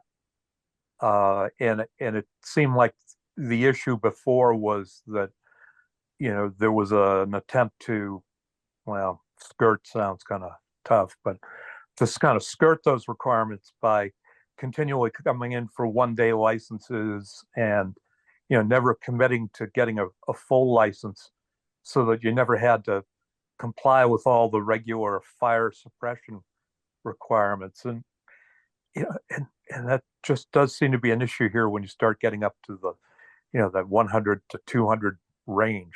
But I hope that answers your question, Chief. Thank you. And with most things, the laws that govern certain businesses, it wasn't the intended use. It was a tattoo shop with a place to display some artwork. Now we're looking to have 200 people in a nightclub setting, alcohol, and in an environment that it's not made for. I have a single fire inspector. He wasn't able to make a visit there this week, but we have visited when the business originally opened. That is a common structure, an older heavy timber building that has multiple other occupancies in it. And as Chief Greer spoke to earlier, we did have a problem with the theater group, which we ended up shutting that down because of the code issues that were encountered. Again, I think if the board chooses to approve this, I think it's going to become an issue possibly in the future. I would be firmly against it until regulations are met, codes are adhered to, and the proper staffing are there, whether it's a crowd manager, a fire watch, law enforcement, or other necessary things that are determined by the town. And I know that there are probably health issues as well. I know it's a tattoo shop, and now they're going to be as a nightclub type venue. Are there any concerns from the director of the health for that? My department would be fully ready to handle an emergency there, but not in large numbers, 200 people, God forbid something was to happen. Chief Creer is correct. The road has been redone. Access is not as easy as it was, a few years ago to access that structure. There are some fire hydrants immediately in that area. The building is sprinklered, but the sprinkler system was not engineered for this type of a venue. I know we could probably go on and discuss every code that there is, but as it is now, the way I'm looking at it with the opinion of the building commissioner, I agree with him, and I would hope that the board would not approve this. Thank you. Ms. Chasse, you had something that you wanted to address? I just wanted to say that when we do have the parties, we move the entire tattoo stations out, we move the carpets out, we move the furniture out, so it's just an empty floor. And then besides that, I do understand that you don't want us to have 200 people. It seems like you're potentially open to having the 50 people. Would that still be okay if we canceled the party this weekend and we just have the calm events of 50 people? Madam Chairman, Mr. Bowen, yes, sir. I hope you don't mind me calling you Liz. You can certainly call me Rich. Liz, if I can offer, I've been doing this for 40 years, and so naturally I'm sensitive to what it is you want to do. But we want to be protective of everybody. My suggestion is this.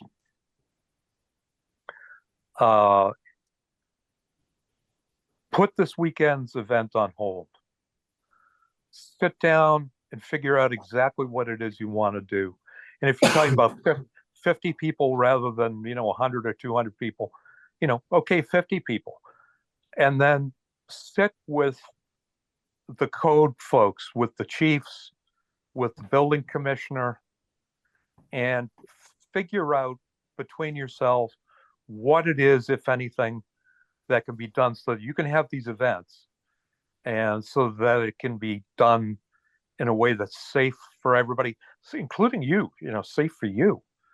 And then when you have a plan together that you've worked out with everybody, then come back before the board. The board could deny these applications right now without prejudice to your coming back. My suggestion is just for your own safety, for the safety of everyone, and just so that you have a shot at being able to do what you want to do here. Just work it out a little bit more with the public safety folks. That's my proposal. Thank you. Unless my board members have any further questions, I will. Yes, Mr. Chadwick. Liz, I just want you to understand one thing from me anyways. First off, love tattoos, have one, currently trying to find someone to do a chest and sleeve on me. But I'm also a firefighter paramedic and have been since I was 15. I'm almost 40. So my biggest concern and my biggest fear is fire. And I'm not in onset, I'm not in Wareham, I'm down Cape, but pulling people out of a fire is just nightmares for everyone. And I just hope you realize that that's our biggest concern in our safety is we just don't want that to happen to anyone, especially you and your business and all the people around. I know this kind of can sound heartbreaking, but trust me, I love partying as much as everyone else. We just don't want to see the bad stuff happen. Right. If there's no further discussion, I will accept a motion. I will remind you that all motions must be made in the affirmative, and then I take the votes. And I will take the first one, which would be the liquor license, one-day liquor license. Before you do that, let me ask. Yes, Mr. Bowen, go ahead. Well, just in terms of all motions must be made in the affirmative, can I suggest a slightly different way of doing this? Sure. With respect to both licenses, a motion along the lines of, I move to deny both applications, the one-day license and the entertainment license, without prejudice to the applicant to return after having consulted with public safety officials. Is that the motion? I think the motion. That was the motion. So moved. Is there a second to the motion? Second. Okay. The motion is to deny both applications without prejudice and to, I guess, be willing to entertain them after the applicant has conferred with public safety officials as well as all permitting authorities. Is that your motion? Yes. Yes. That's my second. Yep. Okay. Then I will go for a roll call vote. Mr. Slavin? Yes. Ms. Chadwick? Yes. And myself, yes. The applications are denied. You will not be holding the event this weekend. It was denied without prejudice, so that after you have talked with the appropriate public safety officials, you are certainly free to resubmit an application. Thank you very much. I'm now going to move on to the next item on the agenda. Thank you, gentlemen, for joining us this evening. I'm going to ask that Elise Leduc Fleming, as well as Josh's iPhone, raise your hand. We are going to go to two different items. And I'm hoping to get rid of them really quickly. Mr. Scully, the reason I'm going to both of these people before you, even though they're after you on the agenda, is that Mr. Faraday is expecting a child momentarily, unless his wife just had one. And Miss Fleming has a 1.5-year-old at home, and therefore I'm asking your indulgence to have them go first.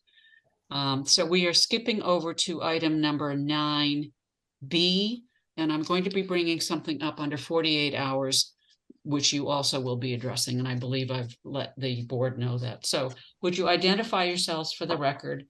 And do you have a baby yet, Josh? No baby yet. We're still playing the waiting game. Okay. I am Josh Faraday, the Conservation Administrator for the town of Wareham. Thank you. Elise?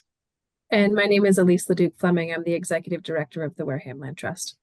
Thank you. So which one of you is doing the presentation on the Marks Cove CR?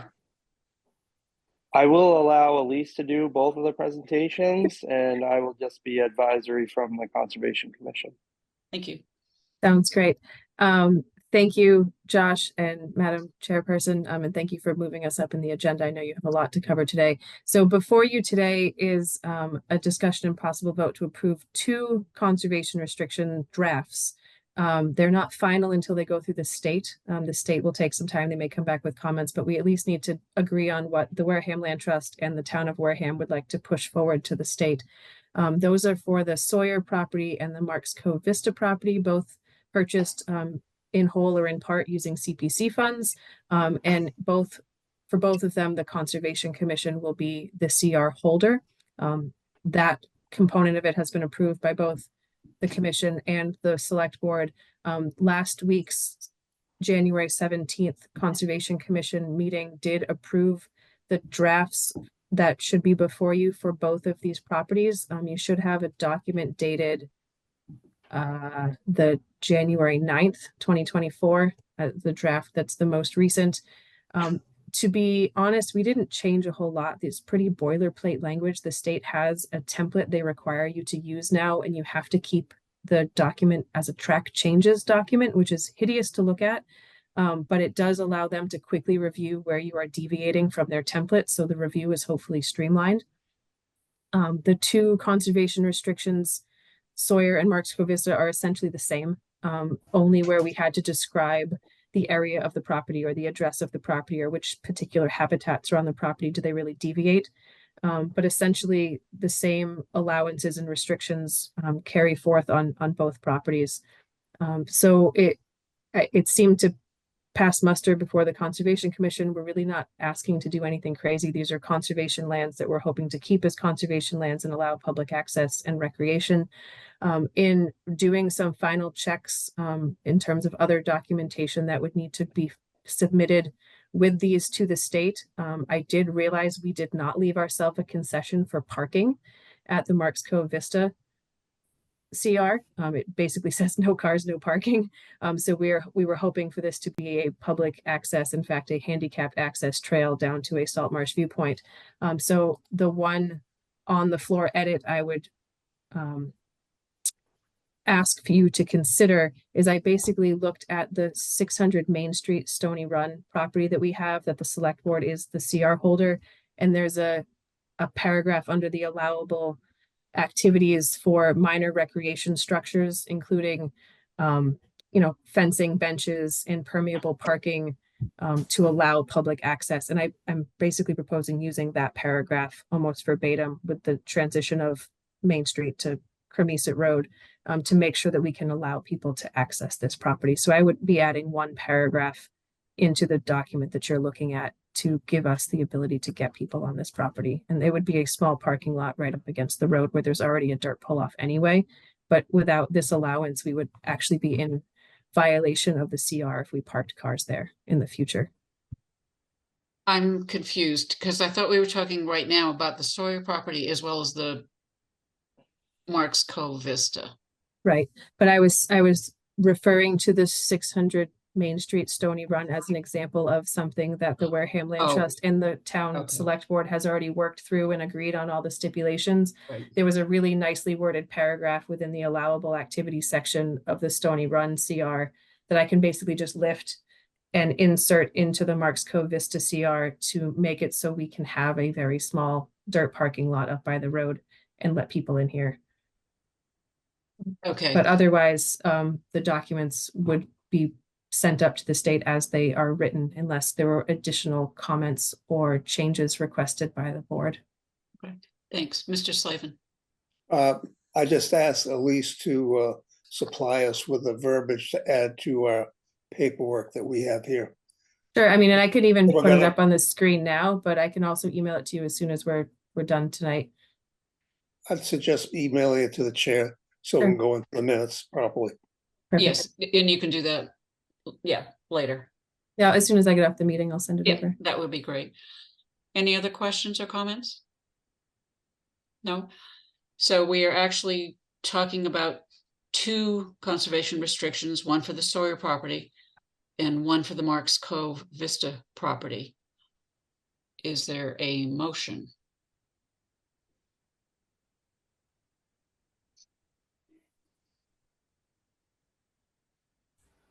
There we go. So moved. Mr. Chadwick had a great deal of trouble this afternoon, this evening, getting into this meeting. He had to hold the, I don't know. It's a new computer. I'm not a Chrome guy. It's new computer, so I'm usually Apple and iPads and stuff. So your motion was to approve a conservation restriction for the Sawyer property as well as for the Marks Cove property owned by the Wareham Land Trust. That's your motion. So moved. I'm waiting for a second. Sandy said yes. Motion made and seconded. Is there any further discussion on that motion? Hearing none, I will go for a roll call vote. Mr. Slavin. Yes. Mr. Chadwick. Yes. And myself, yes, it is so. Under 48-hour business, I'm going to bring this forward And if we have other 48-hour business, we'll go back to it at the end of the agenda. Ms. Leduc Fleming informed us on Thursday, I think, or maybe even Friday, that she had a deadline for an application for a grant that we previously had supported and hoped that the Wareham Land Trust would be would win the grant, and they did not. So I'm going to let you speak to that, Ms. Leduc Fleming, so that you can get us to do what you want us to do, I hope. Perfect. So just to refresh everyone's memory, I think it was May of 2022. It was a while ago. But we were putting together a Mass Trails grant application to do the design and permitting for a parking lot and small accessible trail down to a boardwalk and view platform on the 600 Main Street Stony Run property that we own. The reason we are before you in that time and now is the select board is the CR holder. And Mass Trails grant program does require CR holder approval as part of your grant application. The project has not substantially changed. We are still hoping to do the same things. But what we heard back from the state was that it was way too expensive for them to fund for just a design and permit portion of the project. We had originally hoped to work with Horsley Witten Group to do sort of the design and planning and permitting work. We're going to do a lot more of it in-house. I talked with Josh Faraday in the Conservation Department about what would be required for the Conservation Commission, what level of detail they would need to see, how much I could do versus how much we would have to get outside consulting help. And we were able to pare the budget down to something that I think will be more competitive in the Mass Trails grant program with essentially the same outcome. There's no reason to over-engineer this. So I'm hoping that this will go through easier, but we still do need that one permission slip basically that Madam Chairwoman, you had signed last time. We just need your signature on that again. Any questions? Then the motion would be to, I'm sorry, I was just going to make a motion to approve. Approve the amended or the new? New. Which is it? It's a new Trails grant. Is that correct, Ms. Leduc Fleming? It's a new grant application that I would be submitting hopefully before the deadline on February 1st. Okay. Is there a second to the motion? Second. Okay. And is there any further discussion? Hearing none, I will go for a roll call vote. Mr. Slavin? Yes. Mr. Chadwick? Yes. And myself, yes. Okay, it is so. So I need to sign that probably tomorrow. Is that correct? Soon. Okay, yeah. So this, yeah, we weren't able to wait until our next meeting, which is February 6th. Right. Okay, are you all set with us, the two of you? Yeah, I think, is that something you can email me or should I follow with Linda to get that from the select board office? Did you already send us the, yeah, double check with Linda tomorrow and yeah, please. I will. I'm sorry, I'm sounding a little confused, but it's been That's a long okay. so far. Thank you for even bringing it up onto the agenda and being flexible. I know it was sort of last minute. Thank you for all your support with our projects. Thank you. And Josh, best wishes. Yeah, good luck. Thank you very Josh. much. Have fun. Good luck. You better get Good a luck lot to your of wife in the baby. Thank you. Thank you. Thank I'm you very hoping much, he both of decides you. to arrive not during rush hour. So our trip to Boston should be easy. Okay. Excellent. Thank you, members of the select board. Thank you. Bill Scully, would you raise your hand, please? And again, I apologize. We're going back to a discussion and possible vote regarding the study of the intersection of Onset Ave, Depot Street, Minot Ave, and Great Neck Road. This presentation, I think, has been before the public before. And again, I apologize, Mr. Scully, but you've been hanging around long enough to know this was a fairly hefty and meaty agenda, as I would call it. So if you would identify yourself for the record, and you did send us some information, so I think we should be ready to hear from you. All right, and given the hour and you still have a pile of stuff on your agenda, I'll I'll go high level. I can always answer questions down the road. But thank you, Madam Chair and members of the board, for getting us on the agenda. As I think you knew, we had been working. You need to identify yourself for the record, Oh, sir. I'm sorry. Bill Scully. I'm with Kimley Horner and Associates. We're the transportation engineer and planner for the town, working for the planning department on the Mine and Onset Ave intersection project. We also did the complete streets plan for the town a few months earlier.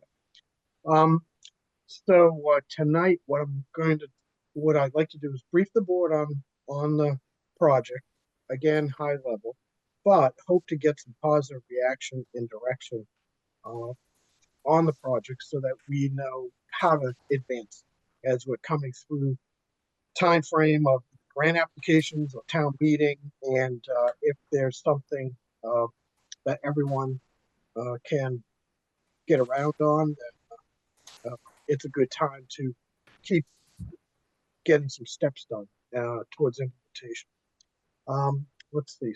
So, can you? I sent down a slide presentation. Derek, do you have it, or Bill, let me see. share the screen? I don't know. I can share the screen. Okay, let me see. Post disabled. I think I got the. Well, I think I have them as a PDF. Let me see if I can download them and share the screen real quick. All right. I mean, I have it if I can share the screen, but you know who has to. Yeah, it would be better if you can, especially if you have as a PowerPoint. So, okay. You sent us the whole thing, so we do have a copy of what, yeah. Oh, correct. Can you allow me to? Noah Sullivan, please. You should let be able screen to share. share screens now. Thank you. Okay. Do I have to hit any button? No. Just share screen at the bottom of your Zoom Okay, panel got here. it. All right, let's see. Let's see if this works. All right. Do you see the blue slide, everyone? No. No. Okay, let me try that again. All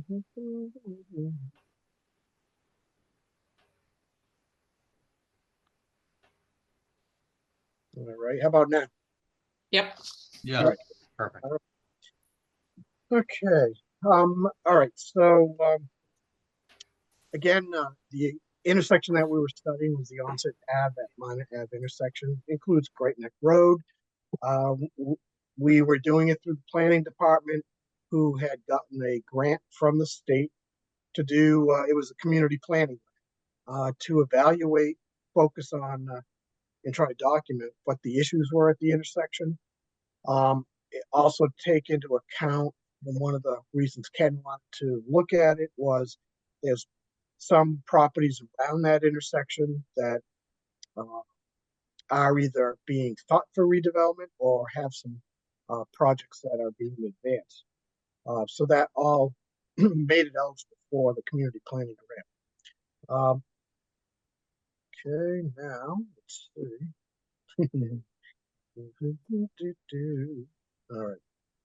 All right. So this intersection is shaded. The shaded area is where we studied with the dark outline around it.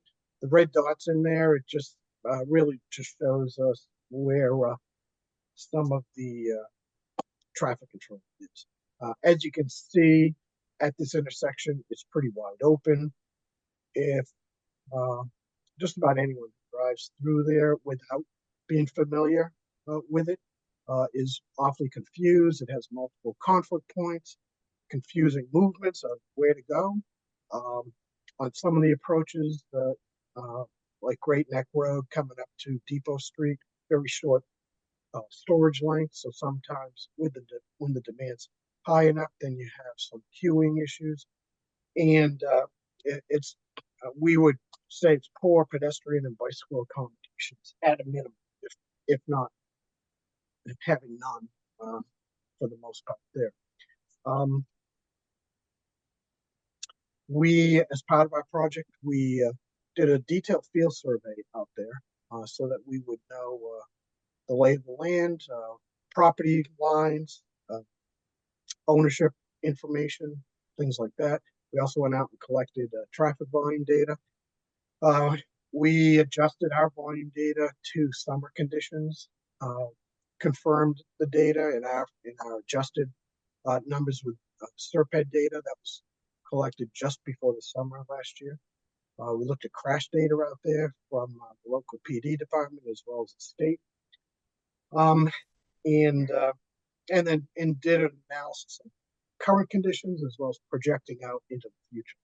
And in addition to those few things that I mentioned a minute ago, there are definitely poor levels of service or operation conditions during the peak hours, during the peak season. And if you look at the crash information as a whole, not look at 3 different intersections, but as a whole, that area experiences more crashes than we would expect if you compare it to some of the DOT district averages.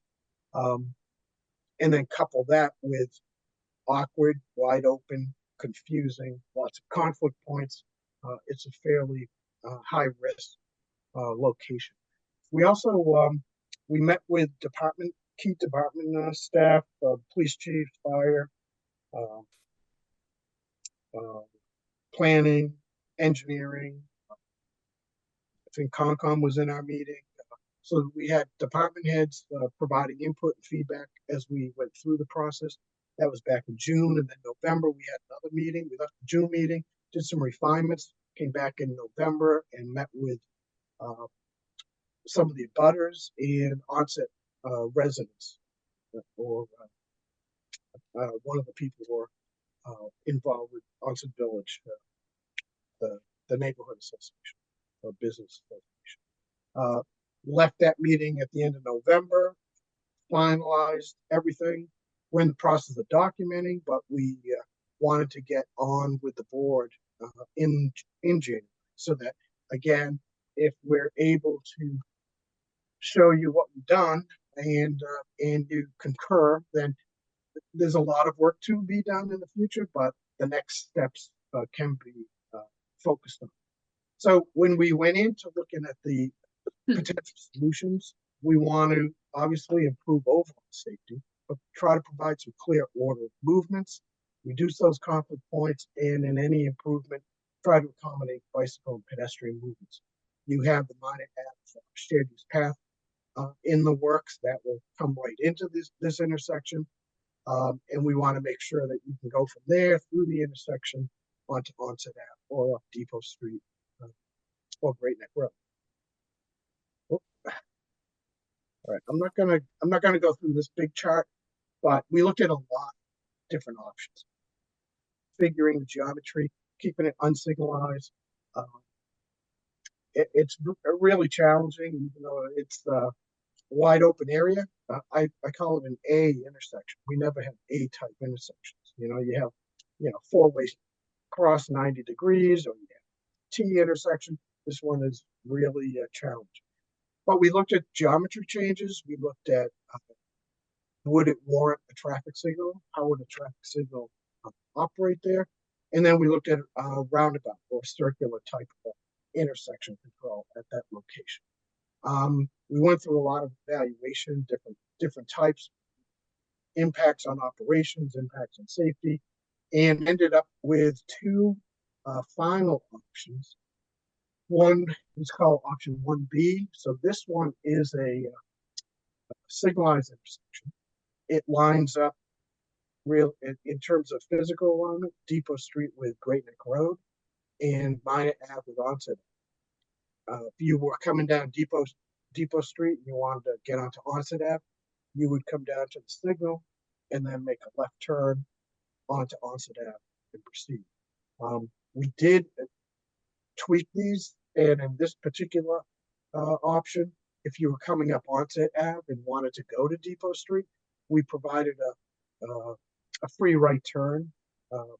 They would yield to traffic, but again, they wouldn't have to bend to the left and then make that right turn onto Depot Street. They could continue going north. This project can be done pretty much within the right of way that's out there.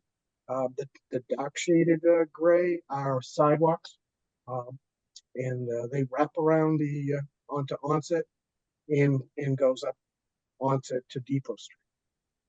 Wide enough on the east side along Depot Street to Onset Ave, you could do wide enough to be a shared use path, 10-foot wide.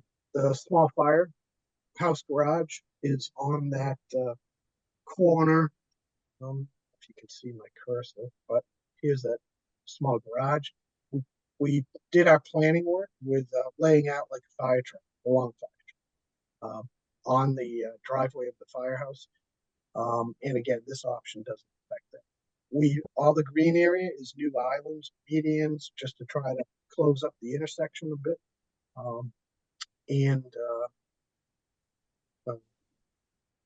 Everything else, this operates fine. There are issues with the signal, stopping on Depot Street, then you queue going to the north towards the railroad tracks.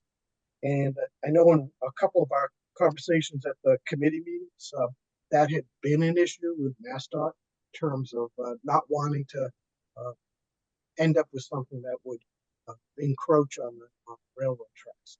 Probably not a big issue these days because not a lot of rail activity, but as that continues to grow and increase with the future potential, then maybe it is more of a concern.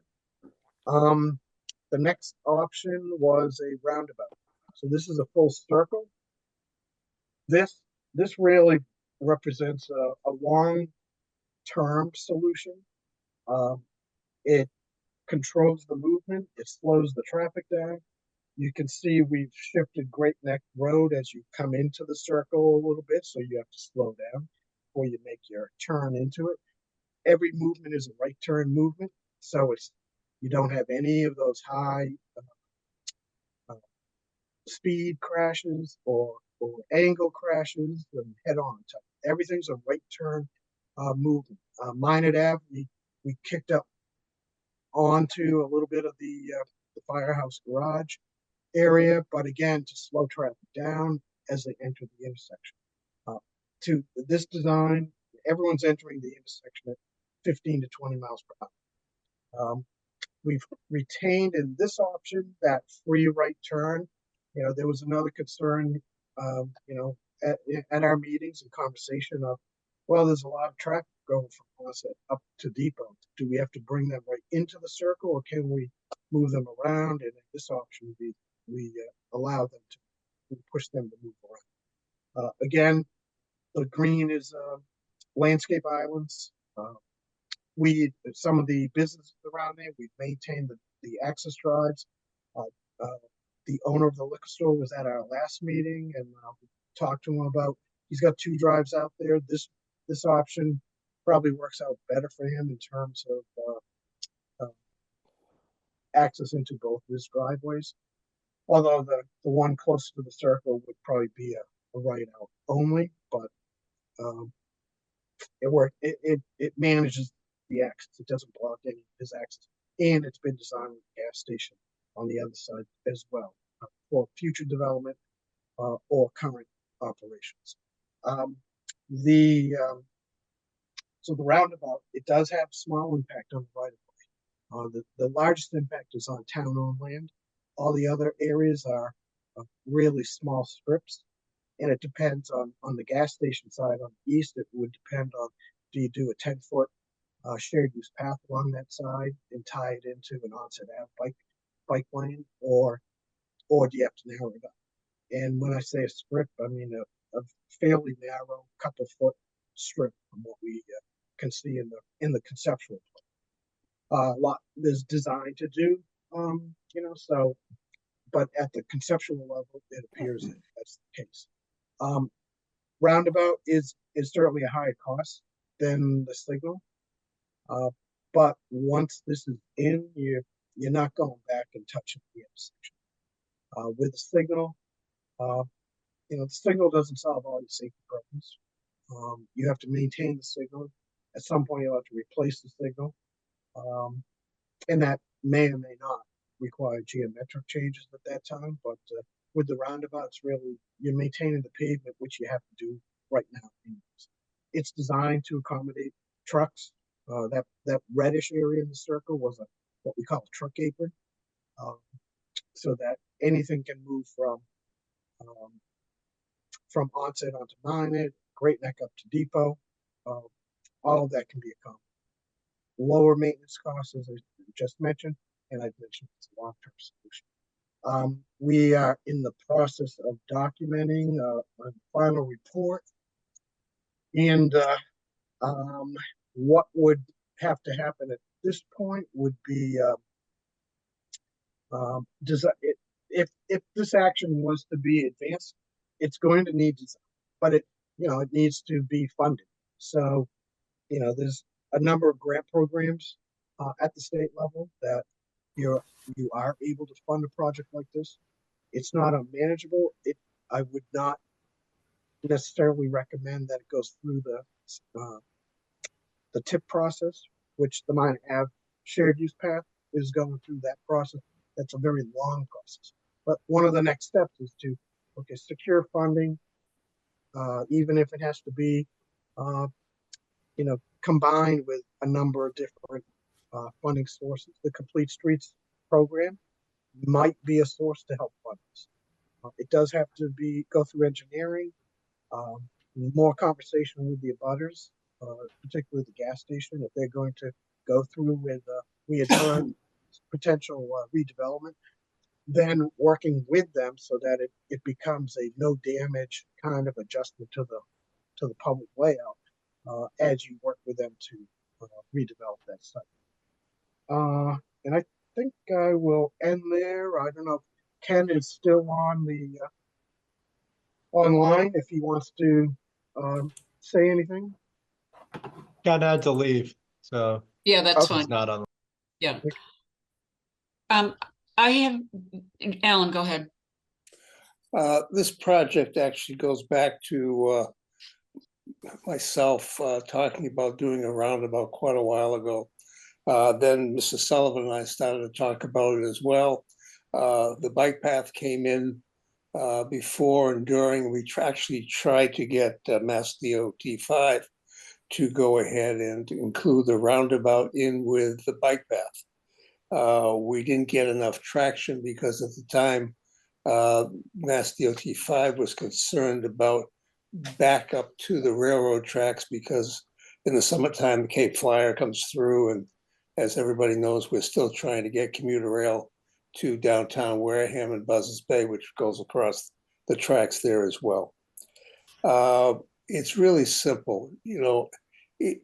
When you do something that's not the best, you have buyer's remorse. People have it when they buy cars, outboard motors, you name it. When you try and cut costs, it never works. Option 4 is the only one that makes sense for the town because it does everything you want to do, and it's the best possible solution. Yes, it's more expensive, but again, if you want to do it once and do it right. We've had discussions on this, and Bill's correct. If I have to go try and get this other TIP program through Surfed, if there's money that happens to come up, but then we have to have all the engineering in place. Some of the projects right now in the TIP program, they're stalling out because of increased costs or just issues, etc. There are grant programs for it. Where we, as a town, we're really hesitant about the bike path because we have to spend more money, and we really, don't want to do that. We're looking at basically putting the pressure on other organizations to help fund the bike path for the takings, etc., that we're doing, and we're getting there. Ken picked up another $170,000 grant, so we're getting closer. But I would ask the board to seriously consider and push for option 4 and to do whatever we can to try and get it funded. The intersection, I go through an awful lot, and I'm always wondering who's going to basically hit the back of my car as I'm going through, and especially when you're coming from Onset Ave, taking the left-hand turn to go down Minot Ave, and the cars are coming on both sides of Depot Street. and also Great Neck, and you don't know whether or not they're from the area and realize that after they stop, they still don't have the right of way as you're coming through. So what we have right now is really a mess. It needs to be fixed, but if we're gonna fix it, let's do it once and do it right. Thank you. Thanks. Jared? Yeah, let's say a couple things here. I agree with the fact that the intersection's horrible. Whoever designed it originally, I'm pretty sure got their engineering degree at the dollar store. As for option 4, I have to disagree for multiple reasons. First off, nobody from outside of Massachusetts knows how to operate in a damn rotary, especially Connecticut and New York, I swear to God. Second thing is, and I know this has been expressed by the fire chief and multiple firefighters, that's not going to work at all with that fire department being there in this option right here. And if that's what you're saying here is parked fire truck, you're pretty much running right through. Is that correct? Can you answer that for me, Mr. Scully? Yeah, so that's a long fire truck, like a 43 footer or 45 So footer. a ladder And- truck or something. Right. And what we've heard, maybe it needs confirmation. There is room on that site to do some reconfiguring to allow and move that to the side. But at the same time, what we've heard is the ladder truck's not usually the one sitting there. It's there may be someone there.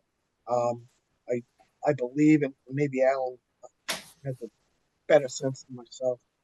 I think there's a boat parked in the garage, so that maybe taking that out. But we wanted to test it and show. So you've got the land there to work yourself around the side of the building. The ladder truck certainly isn't parked in the building. So it may be just temporary that it sits there.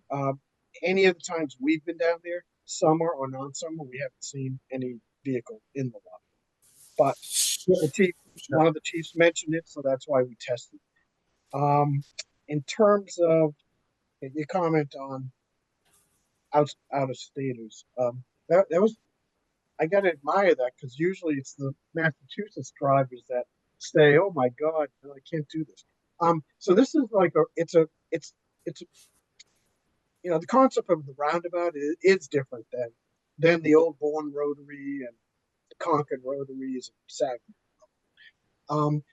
So this is small, controlled, it tighter, slower, and they are, in fact, MassDOT, they have projects where they're having us take out the signals that were there at an intersection and put a roundabout. The other states are coming sort of into that, where there's more and more people familiar with it. They're being designed and put in everywhere at this point. And for a number of reasons. One is they have proven to be safer in terms of severity of crashes. They slow down traffic so that you have potentially fewer crashes, but certainly if anything does happen, it's at a low speed and not going at someone. Lower maintenance costs. The operations, in theory, you're just flowing through. So at this location, 9 months of the year, it's going to be, fairly smooth, empty on most of the approaches many times. The backup to the railroad track doesn't happen on this. If the railroad gets really busy and they put gates up there and gates come down for controlling traffic at the crossing, then if anything, the traffic is stopped at the tracks and backed up towards the roundabout. And we've got about 300 feet there. If you want to see an example of that, in town of Norfolk, they have right in the center a roundabout that's about 300 feet from the commuter rail track. And it's on the Franklin. So it does happen. It's managed. And looking at the two options, I think leaving it as is, and I will mention we have in the report, we will show a very low cost immediate type of action plan that the town can put in place with markings and delineators, different things like that to try to give yourself some relief now. But we would be recommending this option to really meet all the different objectives. And granted, you got to work out like the fire branch area. So let me say a couple more things here. First thing is fire trucks get moved around stations all the time, whether you have an engine down or whatever. So this town only has one ladder truck. Excuse me, Wareham has one ladder truck. So obviously, most likely not going to be there. I can't say, I'm not the chief. But also, they'll be taking the ladder truck over there to check, train new guys on it, whichever. It is extremely hard and stressful as the engine driver of a truck backing in out of a road that is extremely busy. And this area right here can get stupidly insane at dismissal of school, the end of the day, and especially on weekends during the summertime. My biggest, and I understand, yeah, rotaries are great. I don't really have a problem with them at all personally, but my biggest concern here is the fire department. They need to have the easiest access. They need to make sure everything is accommodating to them. I mean, truthfully, we should look at getting rid of that bank right there because it seems like none of them can stay open for more than a couple of years. That's all I have to say, Ms. Whiteside. Okay. I appreciate it. I will. I'm going to tell you, I thoroughly dislike item 1B. That's to me that don't bother to put a shovel in the ground. That's just idiocy, in my opinion. I love rotaries. They do exactly what you say. They slow people down. I know it's more money. I have a couple of questions, Bill. The shared use path, you have it showing on the right-hand side. When you go down Onset Avenue, if you went down Onset Avenue, the shared path is actually on the right-hand side of the road. I know. So okay, and that project would stop before that. So we bring it down and up, and then we have to cross them south. Okay. Okay. I don't have the same issue that Jared does. It's an unmanned station. It's been unmanned for years, and I'm looking at what I think is the outline of the building. And you could, I have never backed a fire truck up, and I don't think I ever will. It's not on my bucket list. I'm pretty sure that the guys and gals who drive these huge rigs are capable of, and most people, the law is 100, is it 100 feet or 100 yards behind a fire engine? In theory, it's 100 yards. Okay, so in theory, it's 100 yards. So anybody who's up here, whatever. My idea is exactly as Alan's. If you're going to do it right, or don't bother to do it. I mean, whatever. Anyway, I think you've heard us, and I will accept a motion, Jared. Or I'll accept a motion from Alan, because I guess I know what I guess what I know is what I know. I would make a motion that we try and work on option 4 and find a way to finance it and use Bill, and unfortunately Ken will be gone, so whoever it's taking over that position, and I'll do my job as far as SERP and some of the other things that I have options for. So let me ask Bill, what do you need a determination or a set of directions from us, is that correct? Yeah, I think a set of direction where we know this concept is where we should be heading. And, okay. And then so Alan, your motion is to pursue option 4, is that correct? That's correct. Is there a second to that motion? Second. Motion made and seconded to pursue option 4. Any further discussion on the motion? Hearing none, I will go for a roll call vote. Mr. Slavin? Yes. Mr. Chadwick? No. And myself, yes, it is so. Thank you, Mr. Scully. And again, I apologize for, Oh, it's fine. okay. Now, is there any documentation you need us to sign or send or anything? I'll check with Ken Okay. tomorrow. All right. Okay. Yep. Thank Thank you. you so Thank you much. very much. Have a good night. Good night. Have a good night. Okay. Mr. Chadwick, item C, a donation of $240, please.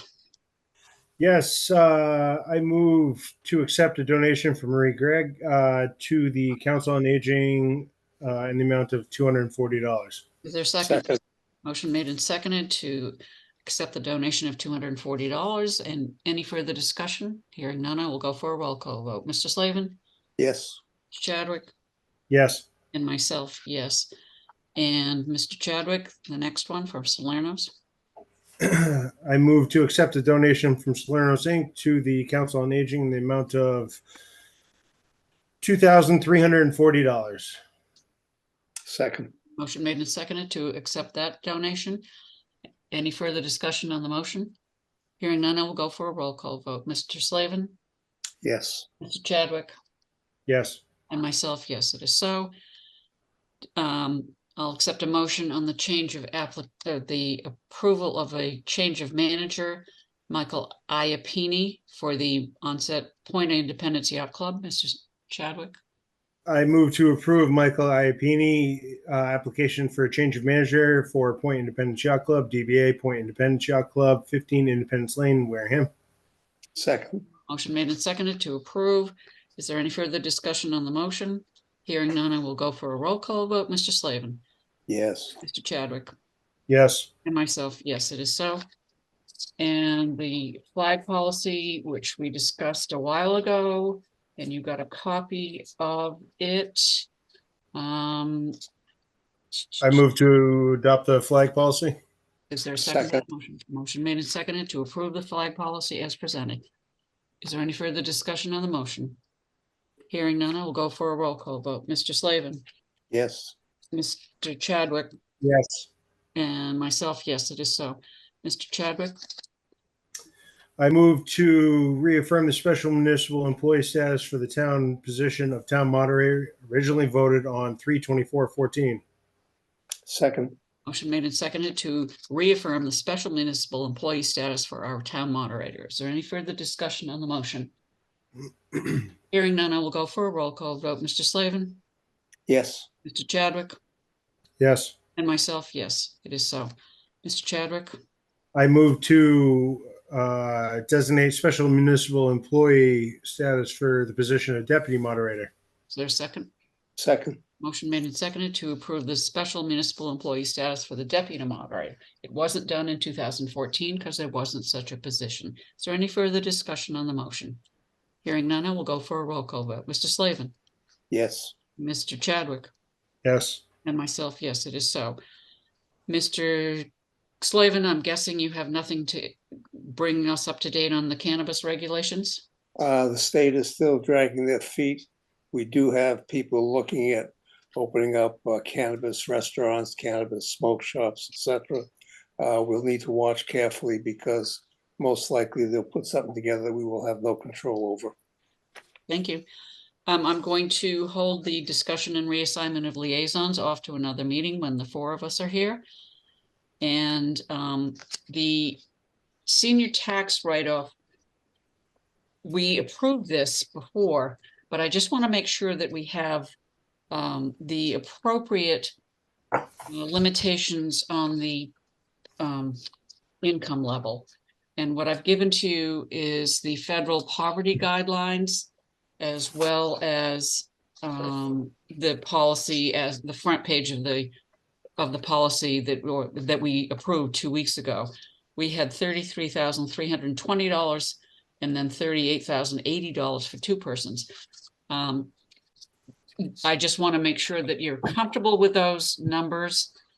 They fall in a weird segment of the graphs that I've given you.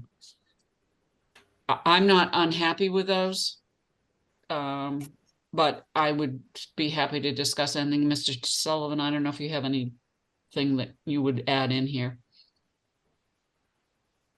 No. Okay. We could go up to the 200%, which would be 39,000 for 2 people, and doesn't make sense. Do you want to leave it the same? What is your pleasure, guys? Why don't we just leave it the same and let's see what happens with Social Security over the next few months, see what people happen. Is that your Sounds motion? good. Yeah, Is that's that my your motion. motion? Yes. Is there a Second.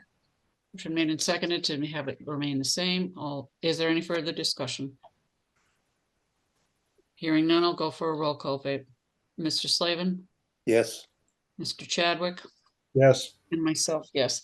We need to amend the policy for the access to town council. I would remind the public that town council works for the Board of Selectmen. Access to the town council is through the select board's office. All department heads who are employees of the town of Wareham have access to the town council. This policy is for anybody except town employees. We took a couple of sentences out, and I would ask that you simply move to accept it as amended. So moved. Is there a second? Motion made and seconded to approve as amended. Any further discussion? Hearing none, I will go for a roll call vote. Mr. Slavin. Yes. And Mr. Chadwick. Yes. And myself, yes, it is so. We already did that. I think we're done except for the town administrator's report. Am I correct? Yes. Yeah. Okay. He said nothing. You have nothing to say? Excellent. He Okay. did that. Liaison and initiative reports, I would beg you, it's almost 10 o'clock and we've had it. Thank you. Next time we're meeting is the 6th. Anything either one of you wants to add? Good. And then I have some minutes that I would like a motion to accept, please, Mr. Chadwick. I move to accept the select board meeting minutes for 1/9/2024. Sorry. Yeah, and a second. Second. Motion made and seconded to approve. And is there any further discussion? Hearing none, I will go for a roll call vote. Mr. Slavin? Yes. Mr. Chadwick? Yes. And myself, yes. Next, Mr. Chadwick? I move to approve the select board executive meeting minutes for 1/9/24. And hold. And hold. I second that motion. Hearing no further discussion, I will go for a roll call vote. Mr. Slavin? Yes. Mr. Chadwick? Yes. And myself, yes, it is so. Gentlemen, you did yeoman's work tonight. We accomplished a lot. I really appreciate it. And I appreciate those people who had to wait to be heard. I appreciate the fact that nobody really complained about being moved around. So. Jared, you need to borrow some of my hair for the beard. It's getting there. I only have a week left. Hey, guys, let's get out of here before 10 o'clock. May I have a motion, please? Motion to adjourn. Thank you. Is there a second? It's not debatable. I will go for a roll call vote. Mr. Slavin. Of course. And Mr. Chadwick. Yes. And myself, yes. We are adjourned. Good night, Wareham. We will see you on February 6th. I think that's the right date. Good night. Yes, it is.